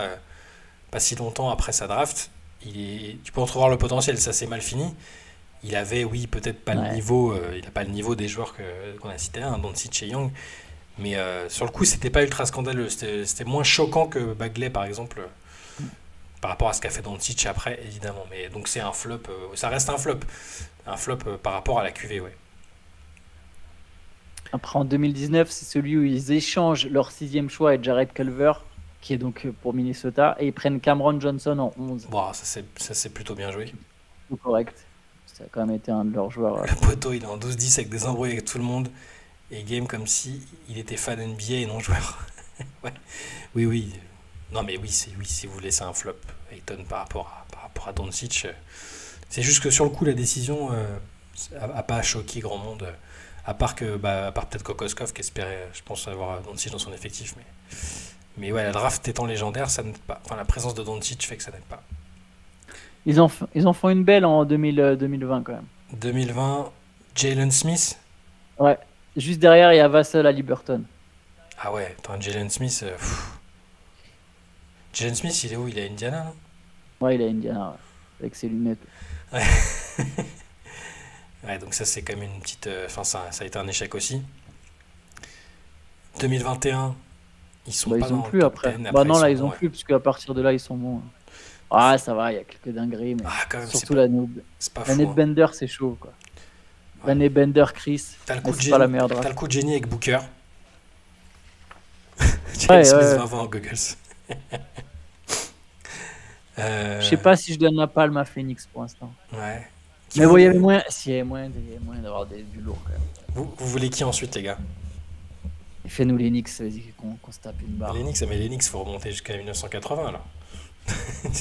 Attends, je vais te dire les années où ils ont été nuls. Parce Ils que... avaient cédé une partie des talk show basket. Genre Stephen A. Smith, I don't care about this kid in Europe. Phoenix gotta take the big boy. He's right there in Arizona. Oui, bah la défiance vis-à-vis de Doncic était gigantesque, mais. Cavs, Knicks, Cavs. Allez, Allez, on Cavs. se fait les Knicks. Knicks, Ah, tu vois? Cavs, ok. Allez. Non, vas-y. Allez, Knicks. Les Cavs, pardon. Les Cavs, on va commencer en 2010 peut-être aussi. Ouais, Bah, 2010, Non, ils sont bien. Ils draftent pas, non? Ils draftent pas parce qu'ils sortent de saison avec LeBron. Donc, Ouais, c'est ça. par contre, Tous derrière. alors 2011, ils font Kyrie en 1. Bien joué. Tiens.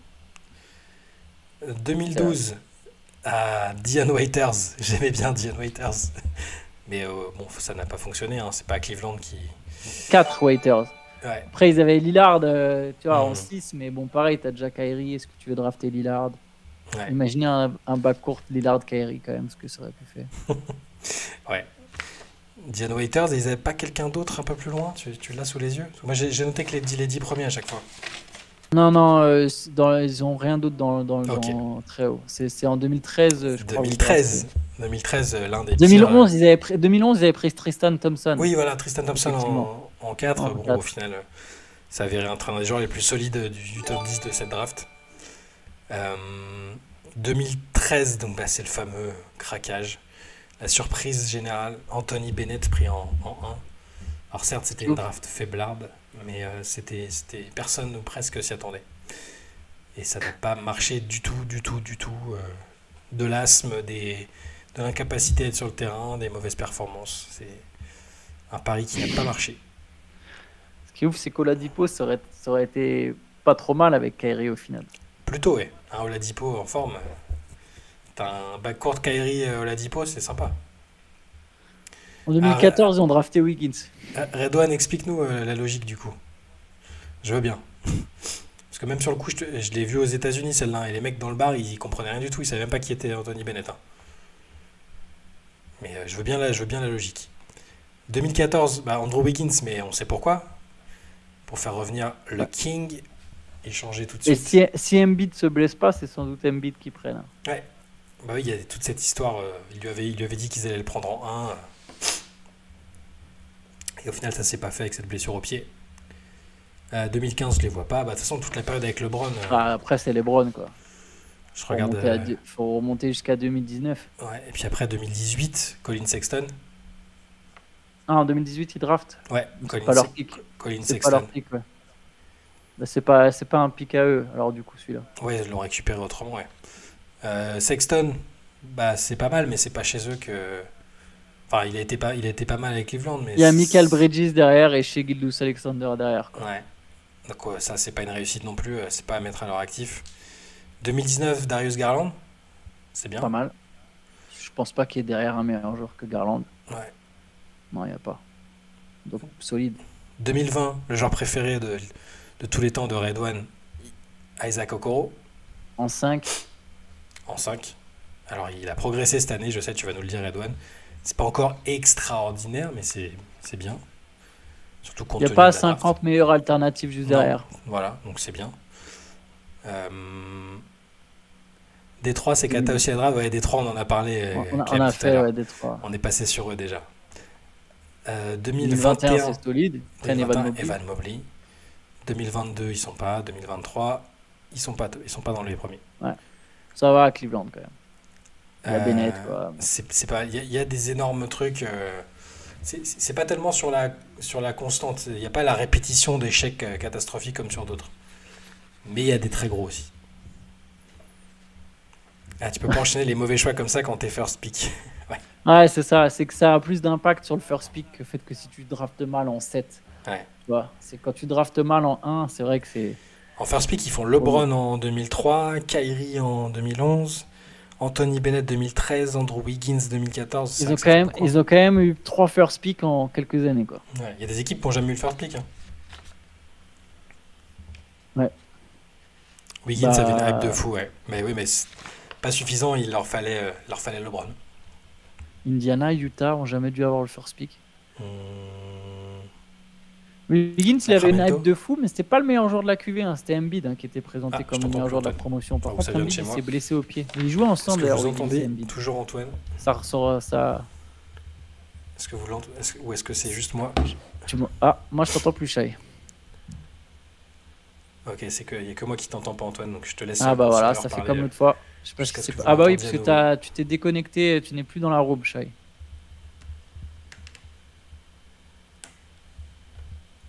Est-ce que tu peux parler, Antoine, voir si je vous entends? Ouais, ça fait Ah, je comme suis l'autre plus dans fois. la En fait, room, Shai d'accord. a sauté de Je la vais robe, régler ça. du coup, on s'entend. Ah, sortie de room, sortie de room. C'est comme une sortie de route, mais. Voilà, normalement c'est bon. Voilà, c'est bon. Désolé, petit coup Crush. Voilà. On en était où? On était. Allez, viens, on se fait les Knicks. On se fait les Knicks. Ouais, Les Knicks, on peut remonter à loin. Mais les Knicks, faut commencer à. Enfin, faut faire. moi, j'ai 2005. Hein, j'ai même 2005. Hein, si tu veux. Ouais, vas-y, on se fait 2005. Parce que c'est vrai qu'il y a des trous noirs. Non, mais il y a pas mal d'années où ils draftent pas très haut, donc c'est pas pertinent. En 2005, ils font Channing Frye en 8, qui fait une carrière honnête. Attends, mais faut voir qui y avait derrière. Andrew ouais, Bynum. ça va. Ça va. 2006. Alors 2006, ils font quoi? J'ai pas. Je te trouve ça. J'ai 2008 où je vois Danilo Gallinari en 6. C'est pas mal. 2006, ils avaient dû dégager leur pic. Donc 2008, ils font Gallinari, tu me dis? Ouais. Ouais, ça va. Franchement, ça va. On n'est pas encore sur de l'abusé. Bynum, c'est le Abu Dhabi de la NBA. Alors, il a été moins blessé qu'Abu Dhabi quand même. Il a gagné des titres avec les Lakers.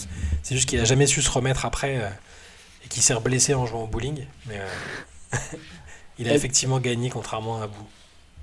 2009, c'est terrible parce qu'ils draftent entre Stephen Curry et DeMar DeRozan. Ils prennent Jordan Hill. Ah, je me rappelle bien sûr. Jordan Il y a Hill. Brandon Jennings aussi derrière. J'aime beaucoup. Ouais. Après, il y a pas mal d'années où je les vois pas dans le top 10.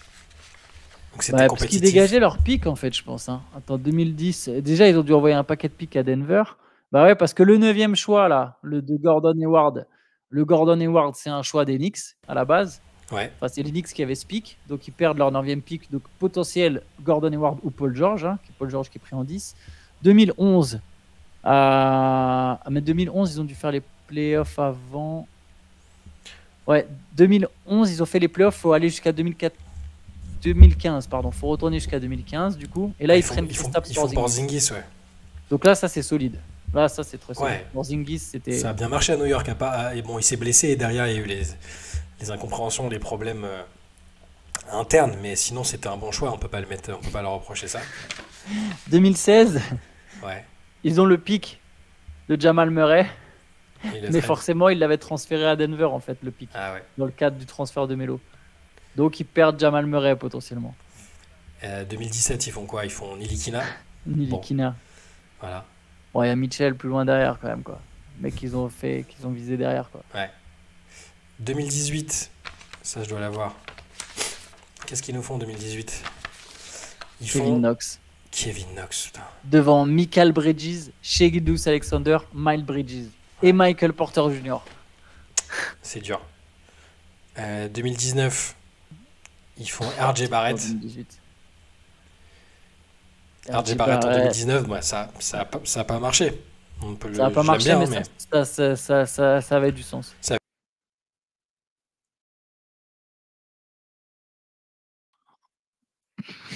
Ils ont pris qui? Ils auraient pu prendre qui à la place de Topin? Ah, il y avait Avdia, Vassell, à Liberton, quoi. Ouais.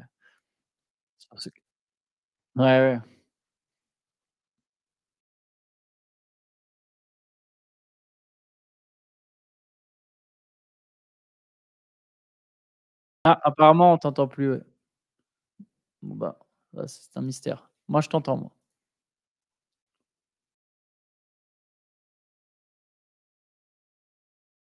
Ah, bah, moi non plus, je t'entends plus. Ouais, moi, je t'entends.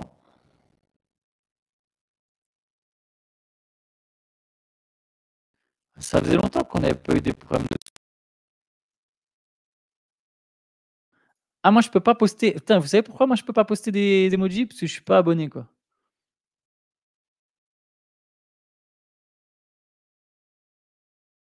Et là, vous entendez toujours pas Shai, là?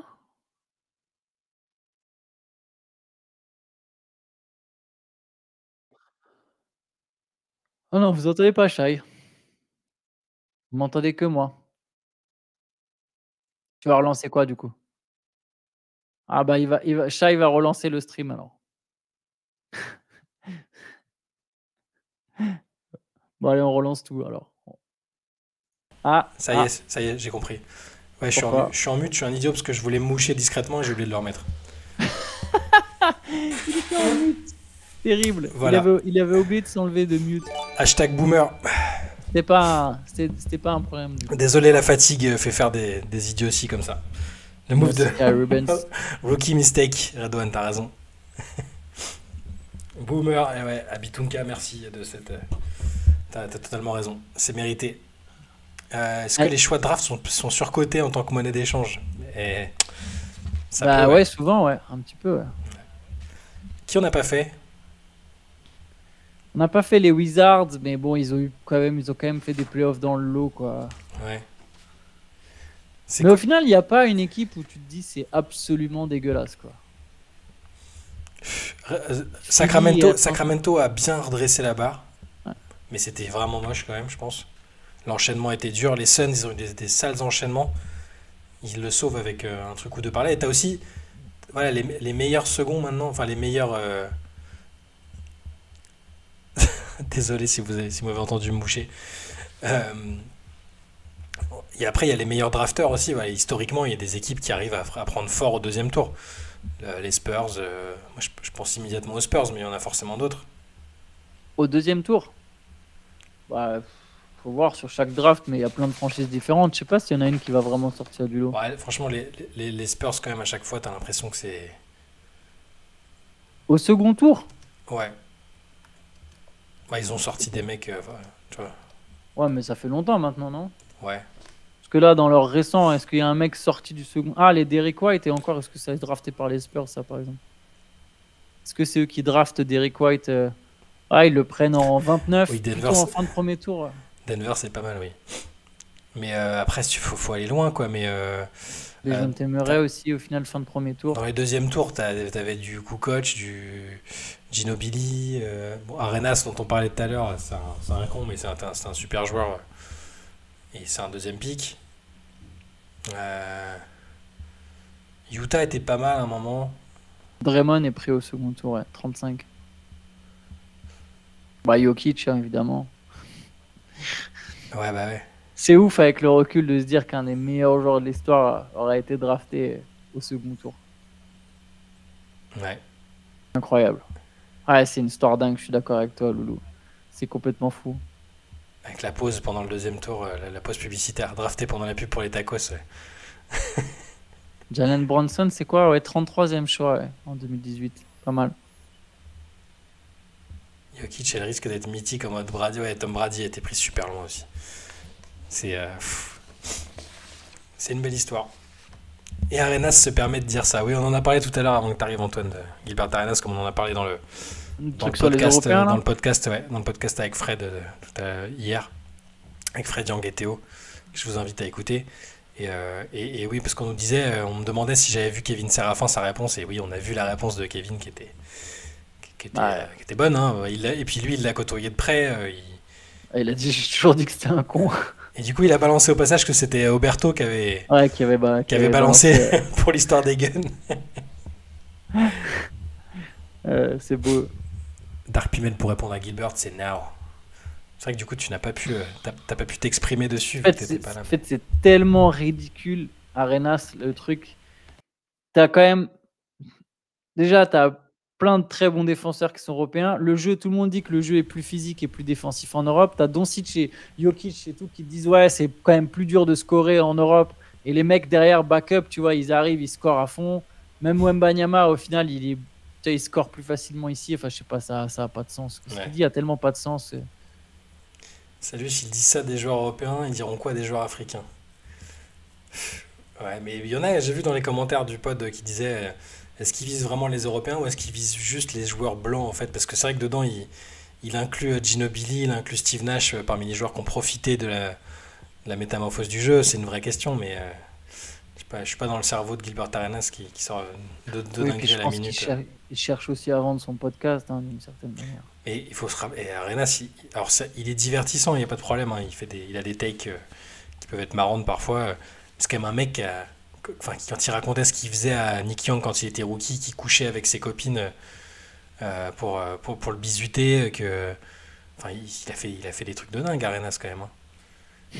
Le fait qu'il milite pour que les joueuses WNBA jouent en lingerie pour que ça attire du public. Puis il dit ça avec... là, si vous regardez l'extrait, il le dit très sérieusement, il rigole pas. Hein.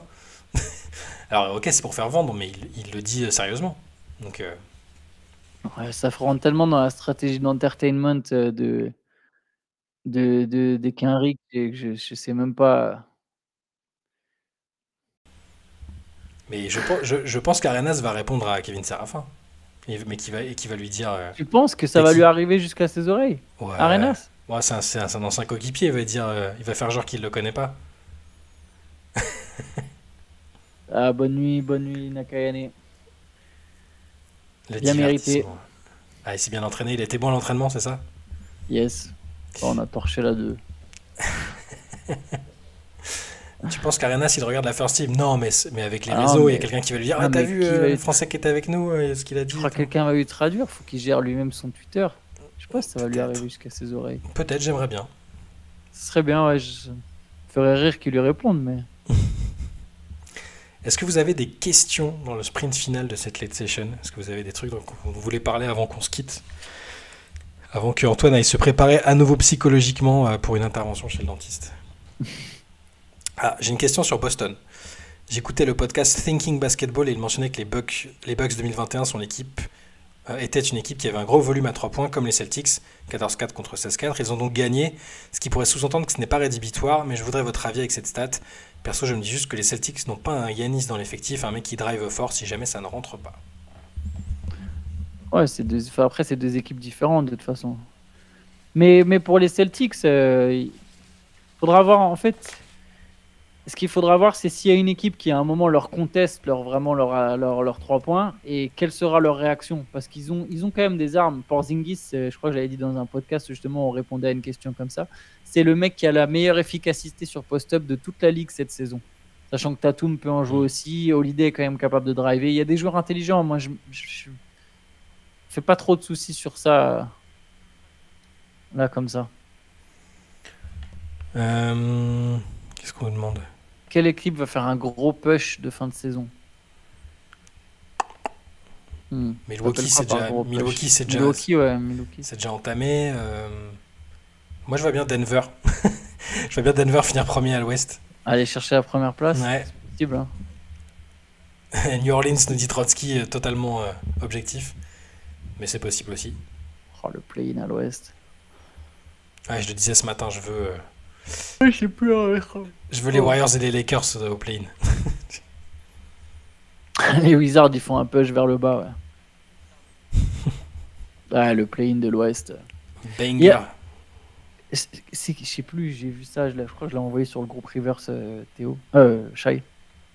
À la base, quand ils ont créé le play-in, si t'étais à plus de 5 victoires d'écart, il n'y avait pas de play-in. C'était à 5 victoires d'écart. Ah oui, il fallait que ce soit serré, ouais. À l'Est, il ne devrait même pas y avoir de play-in, en fait. Indiana devrait juste être 8e. S'il te plaît, le 9e, il a 47% de victoire. Le 8e, il est à 54-55. Ouais, c'était dans la bulle, ouais, c'est ça. Derrière. Pourquoi ces deux équipes, Chicago et Atlanta, vont avoir encore une chance de faire les playoffs? Non. T'es 5 matchs en dessous, c'est mort, pas de play-in. Allez, oh, bye bye. Parce que tu vois, à l'Ouest, ça a du sens. Les équipes sont toutes serrées. Ça va être dingue. Mais à l'Est... Ça me plaît bien comme système. Ah, c'est que lié au Covid, c'était pas une histoire de... Ouais, mais dans le fond, c'est pas anecdotique, c'est pas déconnant, je trouve, c'est bien. Ça me semble toujours pertinent, moi, je trouve. Tu vois, Chicago, ils sont trop loin d'Indiana, c'est fou de se dire que... Ouais. Ouais, en dessous de 50% de victoire, par exemple. LeBron pense-t-il toujours que l'inventeur du play-in doit être viré? Il va finir par être celui qui en profite. C'est vrai. C'est vrai que ça fait 3 ans de suite, là. Il nous avait fait un sketch... Le mec qui a inventé ça doit être viré. Il s'est pas excusé depuis, hein, d'ailleurs. Que le mec qui a inventé le play-in se manifeste dans ce chat. Peut-être qu'il est au chômage. LeBron a des comptes à lui rendre. Ça devait pas se jouer Ah oui, c'est vrai que c'était pas sur un match, c'était en fait l'équipe qui était devant. Ouais, c'était une mini-série en deux. En fait, c'était un match si t'étais la mieux classée des deux et l'autre devait gagner 2 fois de suite. C'est lui qui a créé le play-in. Serait-ce si étonnant que ça? Très bon, très bon. Qu'est-ce qu'il y a comme match cette nuit? Pardon, je baille comme un... Je compte sur le... Attends, je regarde le... Alors, il y a Orlando, Charlotte. Oh là là, c'est vilain. Philly, Brooklyn. Celui-là, c'est encore plus vilain, sachant que je crois qu'il n'y a pas Tyrese Maxey. Par contre, il y a un joli petit Boston-Cleveland. À Ça, c'est Cleveland, peut-être. Est-ce que ça serait pas. C'est à Cleveland, je crois. Je dis pas de bêtises. Est-ce que ça serait pas la série. Ah, il n'y a pas de Mitchell. Est-ce que la série des Celtics, ça s'arrêterait pas là? Il y a un Pelicans Raptors, Ouais, Hawks Knicks, toujours Trae Young au Garden. ouais. Ah non, il est absent. Non, il est pas là. Ah non. Mince, il est pas là. C'est court. Il y a plein d'absents aussi du côté des Knicks. Il y a Détroit Miami. Bof. Ouais, pas ouf. Il y a San Antonio qui va jouer à Houston. Mais on sait pas si Victor va jouer. Il est game Il y a time decision. Indiana. En gros, il y a. Allez, vas-y, je te dis. En fait, les deux matchs, c'est Boston, Cleveland. Et bon, il y a Indiana, Dallas. Ça va. Et éventuellement, ça peut être cool, très offensif. Et il y a Phoenix, Denver, par contre. Oh, ok, ça c'est bien. Donc en gros, on rompiche sur les premières heures de la nuit et on se lève pour Ouais. regarder les chocs de fin de nuit, quoi. Parce que là, les affiches d'avant, 9 matchs, quoi. c'est vilain quand même. Wemby est probable? Ok. Parfait alors. Ça veut dire qu'on va pouvoir le mettre en une du CQFR? Ouais. Et les gens vont Je me cliquer. souviens de cette rumeur comme quoi il serait mis au repos une fois tous les 7 matchs. Je me souvenais déjà que j'y Ah, croyais pas. c'était un peu le plan qu'ils avaient mis sur pied, mais. Enfin, on sait pas, c'était ce qu'avait dit, Hmm. le mec de l'équipe, mais enfin, selon ses sources. Donc j'imagine que quelqu'un lui avait dit aussi, mais au final, Ouais, je ça crois que avait c'est du le coup. sens qu'il le fasse pas, quoi. Je crois que c'est le coup à l'épaule avec Turner, ouais, c'est ça, il me semble. S'ils gagnent, ce sera leur première. C'est la première fois qu'ils gagneront 3 matchs de suite. C'est bien possible, hein, ils ont tellement peu de victoires, les pauvres, que. Tiens, ça, c'est ce qu'on demandait au début avant que tu arrives. On me le demandait, j'ai dit justement qu'il pourrait te poser la question quand tu arrives. Quel trade pour les Spurs pour renforcer l'équipe l'année prochaine? Est-ce que tu trades les pics? Est-ce que tu trades des joueurs qui sont là et qui ont de la valeur? Qu'il faut viser? Non, je crois que je le redis, je me précipite pas pour aller chercher, pour aller augmenter tout de suite la qualité de cette équipe. Si je peux signer quelques vétérans, mais purement pour un peu renforcer mon banc et mon vestiaire, des mecs qui savent un peu jouer au basket, ok, pourquoi pas, tu vois. Mais surtout, je transfère pas mes pics, non.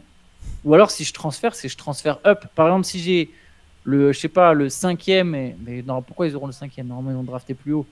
Non, je transfère pas mes pics. Je prends 2 jeunes que je vais ajouter avec Wembanyama, non, clairement. À Paymate, t'as regardé l'extrait avec Malika Andrews et compagnie, qui avait l'air. Il y avait Kendrick Perkins et Danny Green, je crois. Alors, les joueurs qui étaient là, c'est-à-dire Danny Green et Perkins, c'était plutôt. Enfin, surtout Danny Green disait non, mais il faut qu'il soit patient, il n'y a pas besoin de. Ah Il oui, va pas réclamer grand-chose tout de suite. Et les journalistes étaient persuadés que Victor serait pas patient et qu'il voulait tout de suite prendre des joueurs forts qui lui permettraient de jouer les playoffs. Moi, je mais pense non, pas mais qu'il soit. je pense pas. Je pense que Wembanyama, il sait comment ça marche. Déjà, ils feront pas la même saison pour te répondre aux braqueurs parce que forcément, ils progressent. On voit déjà que sur leur fin de saison, ils sont bien meilleurs qu'en début de saison. Donc, parce que Wembanyama va progresser, cette équipe va progresser. Parce que Vassell, Sohan, Trey Jones, oui, c'est Trey Jones vont progresser, cette équipe va progresser.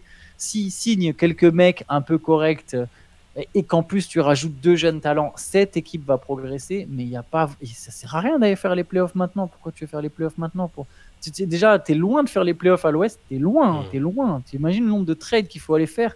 Pourquoi sacrifier par exemple 2 pics, donc potentiellement 2 mecs qui vont grandir? Non, pas de trade de Trey ni Murray, aucun des deux. J'y croyais déjà pas au moment de la deadline, j'y crois moins pas maintenant. Ça, c'est du fantasme pour faire des clics sur Internet, mais ça n'arrivera pas. Ça a ni d'intérêt ni pour Trae Young, ni pour les Hawks, ni pour les Spurs. C'est ils vont pas faire venir une star, ils ont le temps. Il faut des mecs qui grandissent avec Wembanyama. Si tu fais venir un mec qui a 29 ans, Wembanyama, il est très fort, mais il va être son prime, on en est encore entre guillemets loin. Le début de son prime, imaginons peut-être c'est peut-être dans 4 ans. Imaginons s'il a un prime qui commence très très très tôt, c'est dans 4 ans. Si tu prends un mec de 29 ans, dans 4 ans, il en a 33. Ça sert à rien, tu vois. Prends des mecs qui sont sur la même génération, qui vont grandir ensemble, comme le Thunder.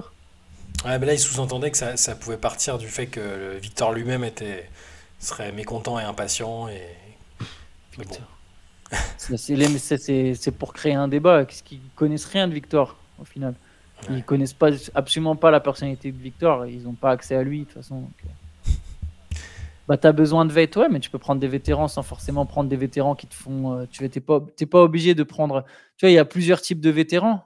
Tu T'as le vétéran Mike Muscala, très très bon pour encadrer un vestiaire, quand lui il va rentrer, il va mettre des tirs à 3 points si tu as besoin d'étirer un peu les lignes, mais il va pas non plus élever le niveau de ton équipe. Et tu as des vétérans, tu vois, si tu prends des mecs comme ça, je suis d'accord, mais pourquoi aller chercher, par exemple, pourquoi larguer un pic pour chercher, je sais même pas, j'ai même pas d'idée de vétéran je comprendrais pas en fait. J'aimerais bien que les Spurs aillent chercher Schroeder, pas besoin de trop lâcher pour ça, et avec Victor ça visera pas le titre, mais ça fera le play-in, peut-être même les playoffs, où Wemby se frotterait à la post-season avant de devenir vraiment un contender. Donc des joueurs intermédiaires, quoi, des mecs expérimentés qui peuvent l'aider à passer un cap. Shai, s'il te plaît, tu vois un peu qui y a sur la draft 2025? 2025, bah c'est Cooper Flag, Est-ce qu'il ouais. n'y a pas un certain Cooper Flag? Ouais. Est-ce que tu préfères, s'il te plaît, est-ce que tu préfères jouer les playoffs ou le play-in en 2024 et avoir une infime chance de- et encore, je suis même pas sûr que ça. Merci, Mister Wantou, je suis même pas sûr que ça le play-in la West. Est-ce que tu préfères jouer un play-in insignifiant dans le début de la carrière de Wembanyama ou est-ce que tu préfères avoir une chance minime de drafter Cooper Flag et de l'ajouter à Victor Wembanyama? Effectivement, je pense que les Spurs feront le choix. Il y a peut-être d'autres très bons prospects d'ailleurs. Sachant qu'entre-temps, il y a encore une draft où ils vont prendre là un ou deux mecs au placé, quoi. Et j'ai dit Cooper Flag, mais il y en a d'autres. Ils auront peut-être pas Flag, parce que Flag sera peut-être le premier choix. Il faudrait une chance assez incroyable pour avoir 2 fois de suite le premier choix. Je pense qu'ils vont quand même progresser. Mais sérieux, enfin, ça n'a pas d'intérêt, tu vois. Ouais. Si cette année, ils font 17 victoires et que l'année d'après, ils en font 26, il y a une progression déjà. Et je crois qu'en plus, la draft 2025, elle va au-delà de Cooper Flag. Je crois qu'elle est assez profonde. Si je dis pas de Ouais, bêtises. faudra regarder. Mais en tout cas, ne serait-ce que Flag, on va voir des équipes qui vont tanker.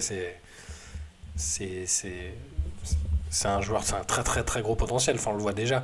Et non, il n'y aura pas de concurrence Flag Wemby, je pense, parce que, admettons qu'ils soient dans la même équipe, Flag c'est pas un 5, c'est un poste 4, donc capable de jouer Après, sur les postes 3-4. Mais, je pense pas que les Spurs je pense que les Spurs seront trop forts pour avoir le first pick en 2025. Il ouais. faudrait vraiment de la chance à la draft.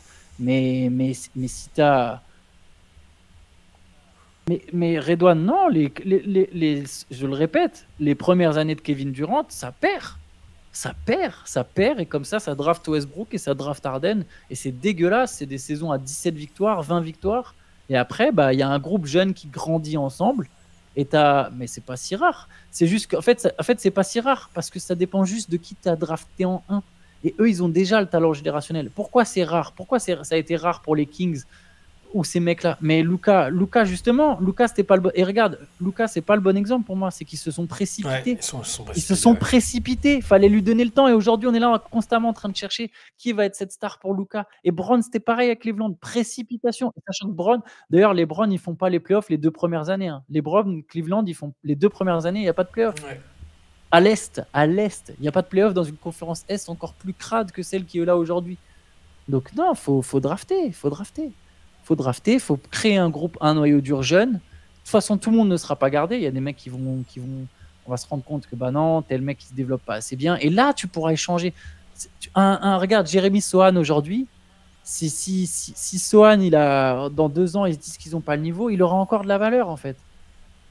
Il faut drafter, faut laisser le temps de grandir. C'est un petit marché. Au revoir Keldon Johnson. Bah, ils ont un noyau, mais ils peuvent encore. Si tu peux encore ajouter un, notamment sur cette draft là, 2 choix. Pourquoi laisse-les grandir? Prends le temps qu'ils grandissent. T'as ton noyau, bah voilà, comme quand t'as eu ton noyau Westbrook, Harden, Durant, et t'attends 1 ou 2 ans que ça grandisse en les laissant jouer ensemble. Mais Dallas aurait pu drafter haut. Après, c'est vrai que Doncic a tout de suite élevé un peu plus que ça, je pense, le niveau de son équipe. Mais l'exemple pris par le braqueur et par le loup, ouais, ok, ici c'est un bon exemple de patience et de construction par la draft, même plus récemment que là avec Kevin Durant, qu'avec Kevin Durant il y a quelques années, là, ce qu'ils font après le trade de Shea, avec Chet Holmgren, Jalen Williams, faut réussir à bien drafter après, faut prendre des joueurs qui sont compatibles, qui vont dans le sens de l'identité que tu veux développer. C'est très collectif, très mature. Je pense que les Spurs sont capables de faire la même chose. Hein. Là, c'est juste pour la prochaine draft, on n'a pas trop de visibilité parce que c'est une draft intrigante au niveau des talents, mais je pense que les Spurs sont capables de bien viser. Ils ont pas de bol sur le fait que la draft qui vient juste après Wemby, c'est une draft faible. A priori. Parce que si là, il y avait eu, par exemple, un deuxième, je sais pas, un autre prospect très intéressant, et où tu te dis, non, pardon, pas un, où il y a 3-4 prospects très intéressants, et tu te dis, bah, quoi qu'il arrive, on aura un de ces mecs-là, tu te dis... Bah, Ty Jones, ce serait bien, non? Loulou, t'as raison, hein, moi je veux juste qu'il s'en aille, laissez-le partir de Washington, c'est tout. Si c'est San Antonio, c'est bien. En fait, pareil, déjà, en fait, ça dépend ce que vous appelez par échanger des pics et contre qui, en fait. Combien de pics et contre qui? Parce que si c'est juste les Spurs ont le 4e choix et ils échangent leur 4e choix, tu récupères jamais Trae Young juste contre ton 4e choix. Ça n'a pas de sens. Les Hawks vont jamais te donner Trae Young contre ton 4e choix. Ils vont te demander ton 4e choix et les 3 prochains, tu vois. Et dans ce cas-là, tu ne sacrifies pas un pic, tu en sacrifies 3, 4. Et pourquoi sacrifier 3, 4 pics pour Trae Young? Tu vas pas non plus aller au sommet avec Trae Young ou Wembanyama. Comment tu vas construire? En fait, tu vois, je me dis, mais pourquoi faire en fait? Qu'est-ce que tu veux accomplir? Tu vas juste te retrouver comme les Pelicans avec Anthony Davis, comme les Pelicans avec Zion Williamson, où tu as une bonne équipe, mais à un moment, tu manques un truc pour passer un cap. Alors que si tu as tout de suite, je sais pas, un noyau dur de 5-6 jeunes, et tu te dis, bah là, dans ce lot, c'est sûr, il y en a 3 qui vont être très forts, ou qui vont être forts, et de toute façon, notre très fort, c'est Wembanyama, mais c'est plus intéressant ça que d'aller chercher un Trae Young. Tu n'auras jamais Joel Embiid, des mecs, tu vois, vraiment, je vois pas qui tu veux récupérer en fait en échange de ces pics. Je vois pas quel est le deal intéressant, tu vois. Ouais, bah, viser plus bas que Young. Enfin, Ouais, mais dans ce cas-là, pourquoi viser plus bas que Young et sacrifier un 4e pic si tu. Enfin, tu vois, pareil, donc tu vises plus bas que Young. Qui est plus... Chat, essaie de me trouver un meneur qui serait plus bas que Young. Tu vois, un meneur plus bas mais assez quoi, fort. c'est CJ McCollum. Ouais. Enfin, tu vois, je capte pas. Tu échanges ton 4e pick à un mec de 20 ans qui a le même âge que Wembanyama. Ouais, Brogdon, vous sacrifiez un 4e pick contre Brogdon, les mecs. Brogdon qui a 30 et quelques années, quand Wembanyama sera en mesure de mener une équipe au titre, Brogdon il sera plus dans cette ligue. Quel est l'intérêt? Tu vois, je vois vraiment pas pourquoi tu fais ça. Jamais tu fais ça. Qu'est-ce que tu vas faire avec Malcolm Brogdon l'an prochain? Malcolm Brogdon, tu vois ce qu'il donne à Portland. Vous pensez vraiment qu'il va élever le niveau des jeux des Spurs? S'il n'y a que des jeunes autour de lui?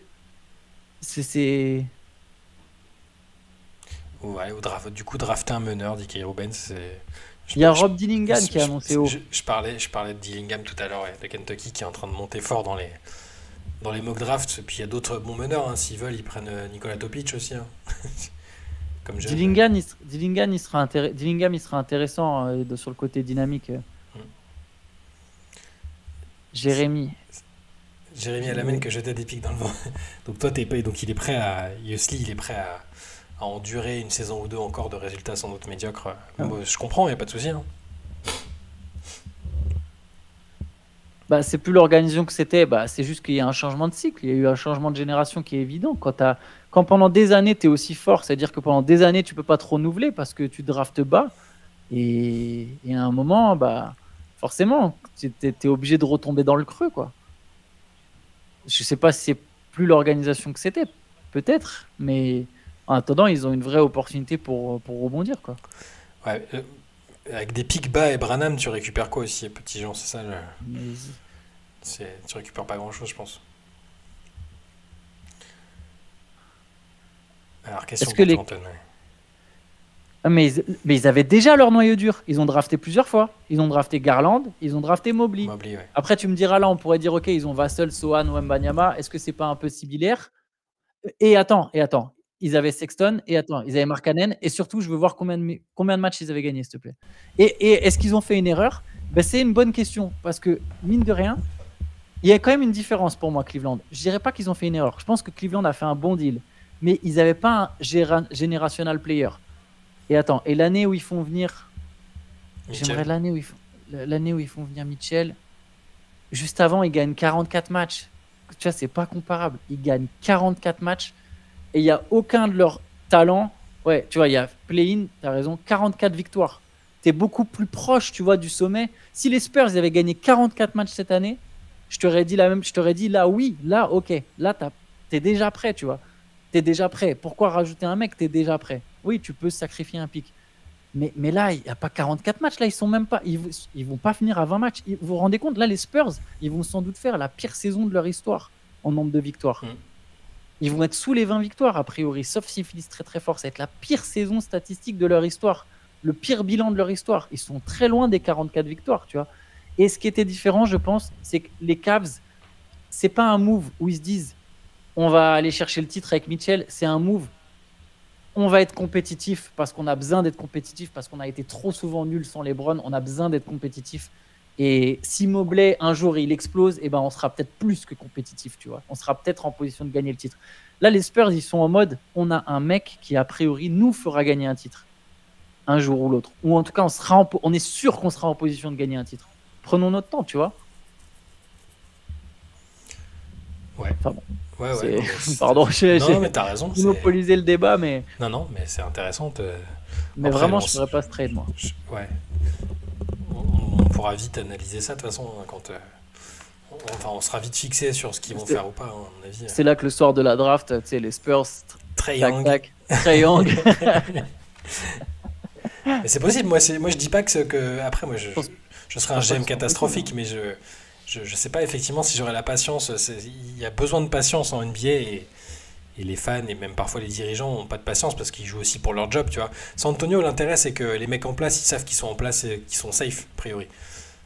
C'est pas une franchise où le mec il se dit mince, il faut que je fasse un move maintenant parce que sinon, si je leur fais une saison fade de transition, mon job va être en péril. À San Antonio, les mecs savent qu'ils sont sereins, donc je pense qu'ils vont faire ce que tu as dit. Après, je pense que l'option populaire, ce serait d'essayer de viser un gros mec et de tabler sur l'espèce de connivence que les gens ont cru apercevoir entre Trae Young et Victor et se dire dans le jeu, ouais, pick and roll Young, Wembanyama serait incroyable et machin. Bon. Je comprends les deux points de vue honnêtement, mais le tien, ça m'a l'air d'être la voie de la raison et de la patience, donc, et je pense que c'est ce que feront les Spurs. Non mais Redouane, il step up jusqu'où? Bien sûr que ça step. Déjà, si tu prends Trae Young avec un top meneur, ça veut dire que sans doute tu as lâché un de ceux que tu as cités.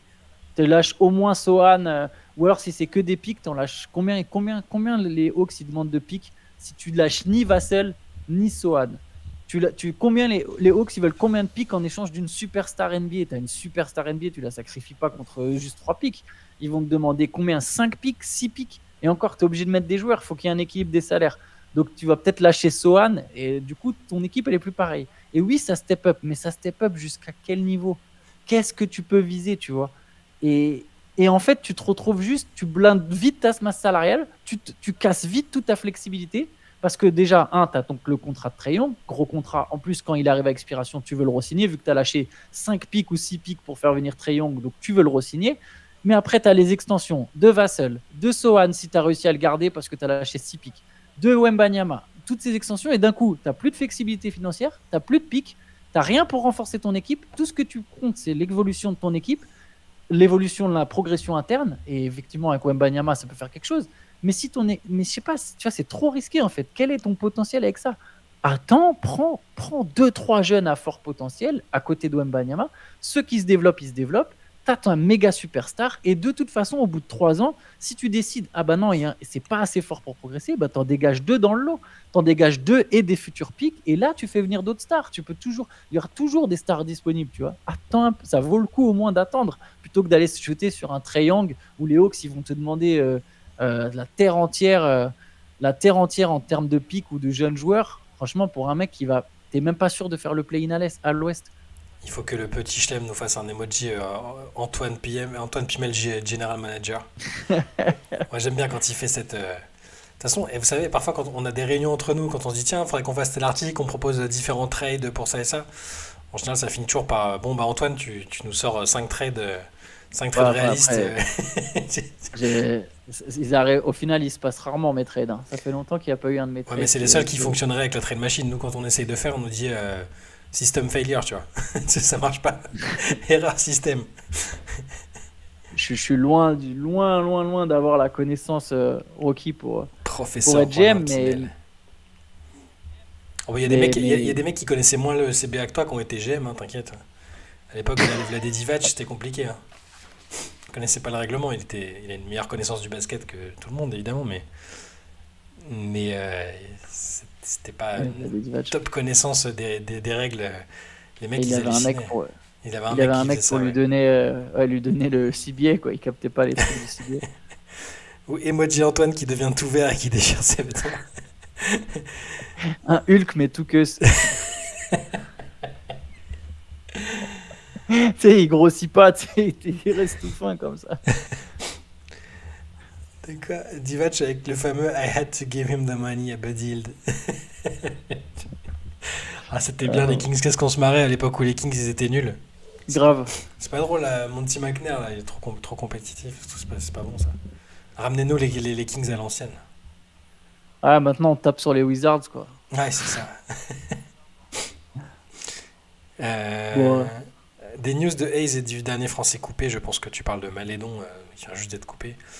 Hayes, pas de nouvelles. je Et savais comme je pas que disais, Maledon, je savais et, pas que Maledon, il avait été coupé. ouais, il vient d'être coupé. Et Franck Nilikina est contacté selon Bibasket par le Paris Basketball. Voilà, pour les Français, si vous voulez savoir. Oh, ça sent les retours en Europe, du coup, tout ça. Ouais, je vais pouvoir aller lui clamer mon amour et ma frustration de ne pas l'avoir vu justifier ma défense féroce de ses capacités en NBA jusqu'à la fin. Ah là là. Ouais, Voilà, les gars. on va se laisser Sur là-dessus, ce, 1h du hein. matin, Ouais, c'est parfait. 9 matchs cette nuit. Après la qualif de ce soir, je vais pouvoir déprimer devant les Cavs. Ah, un fan du Paris Saint-Germain. Je sais pas si les. Ce serait marrant que les Cavs fassent la surprise. La surprise dans quelle... En battant Boston ce soir, par exemple. Ah, C'est vrai que j'ai oublié qu'il y a une Ligue des Champions. Ah, le Bayern s'est baladé, quoi. t'as pas manqué grand-chose, hein, Non, 2 buts d'Mbappé. depuis Mbappé. Doublé. Doublé. Yes. Bon, sur ce, Voilà, les gars, bonne soirée. Merci Charlators, beaucoup. ouais, merci pour les commentaires. Merci de votre présence toujours. Ouais, merci beaucoup pour vos débats, d'ailleurs, au passage. C'est vrai, je dis, vous m'avez lancé, mais c'est bien, c'est top. Ça fait très plaisir. Ah oui, il est 1h du matin, vous êtes encore une centaine sur le truc, on ne Et vous si j'étais remerciera en jamais juin, assez. n'hésitez pas à vous foutre de ma gueule. À vous foutre de ma gueule, pardon. Si Je quoi? comprendrais. Si j'étais en juin, en juillet, n'hésitez pas à vous foutre de ma gueule, ce sera de bonne guerre. Tu sais déjà qu'ils vont se moquer de toi demain matin quand je vais devoir leur dire de leur rappeler que tu as un rendez-vous je chez le serai dentiste. Voilà. En dîner, non, c'est quoi? C'est DNP, DNP, Load Management. Antoine des MRC, RCL est monté dans le wagon. Merci à toi, juste au Merci buzzer. beaucoup. Et voilà, Euh, bonne nuit à tous, merci ouais, encore pour bonne nuit à tout. Et tous. on se retrouve la semaine prochaine. Le replay sera disponible jeudi. Et nous, on se voit demain matin pour le CQFR. Bonne nuit à tous. Allez, ciao à tous. Ciao.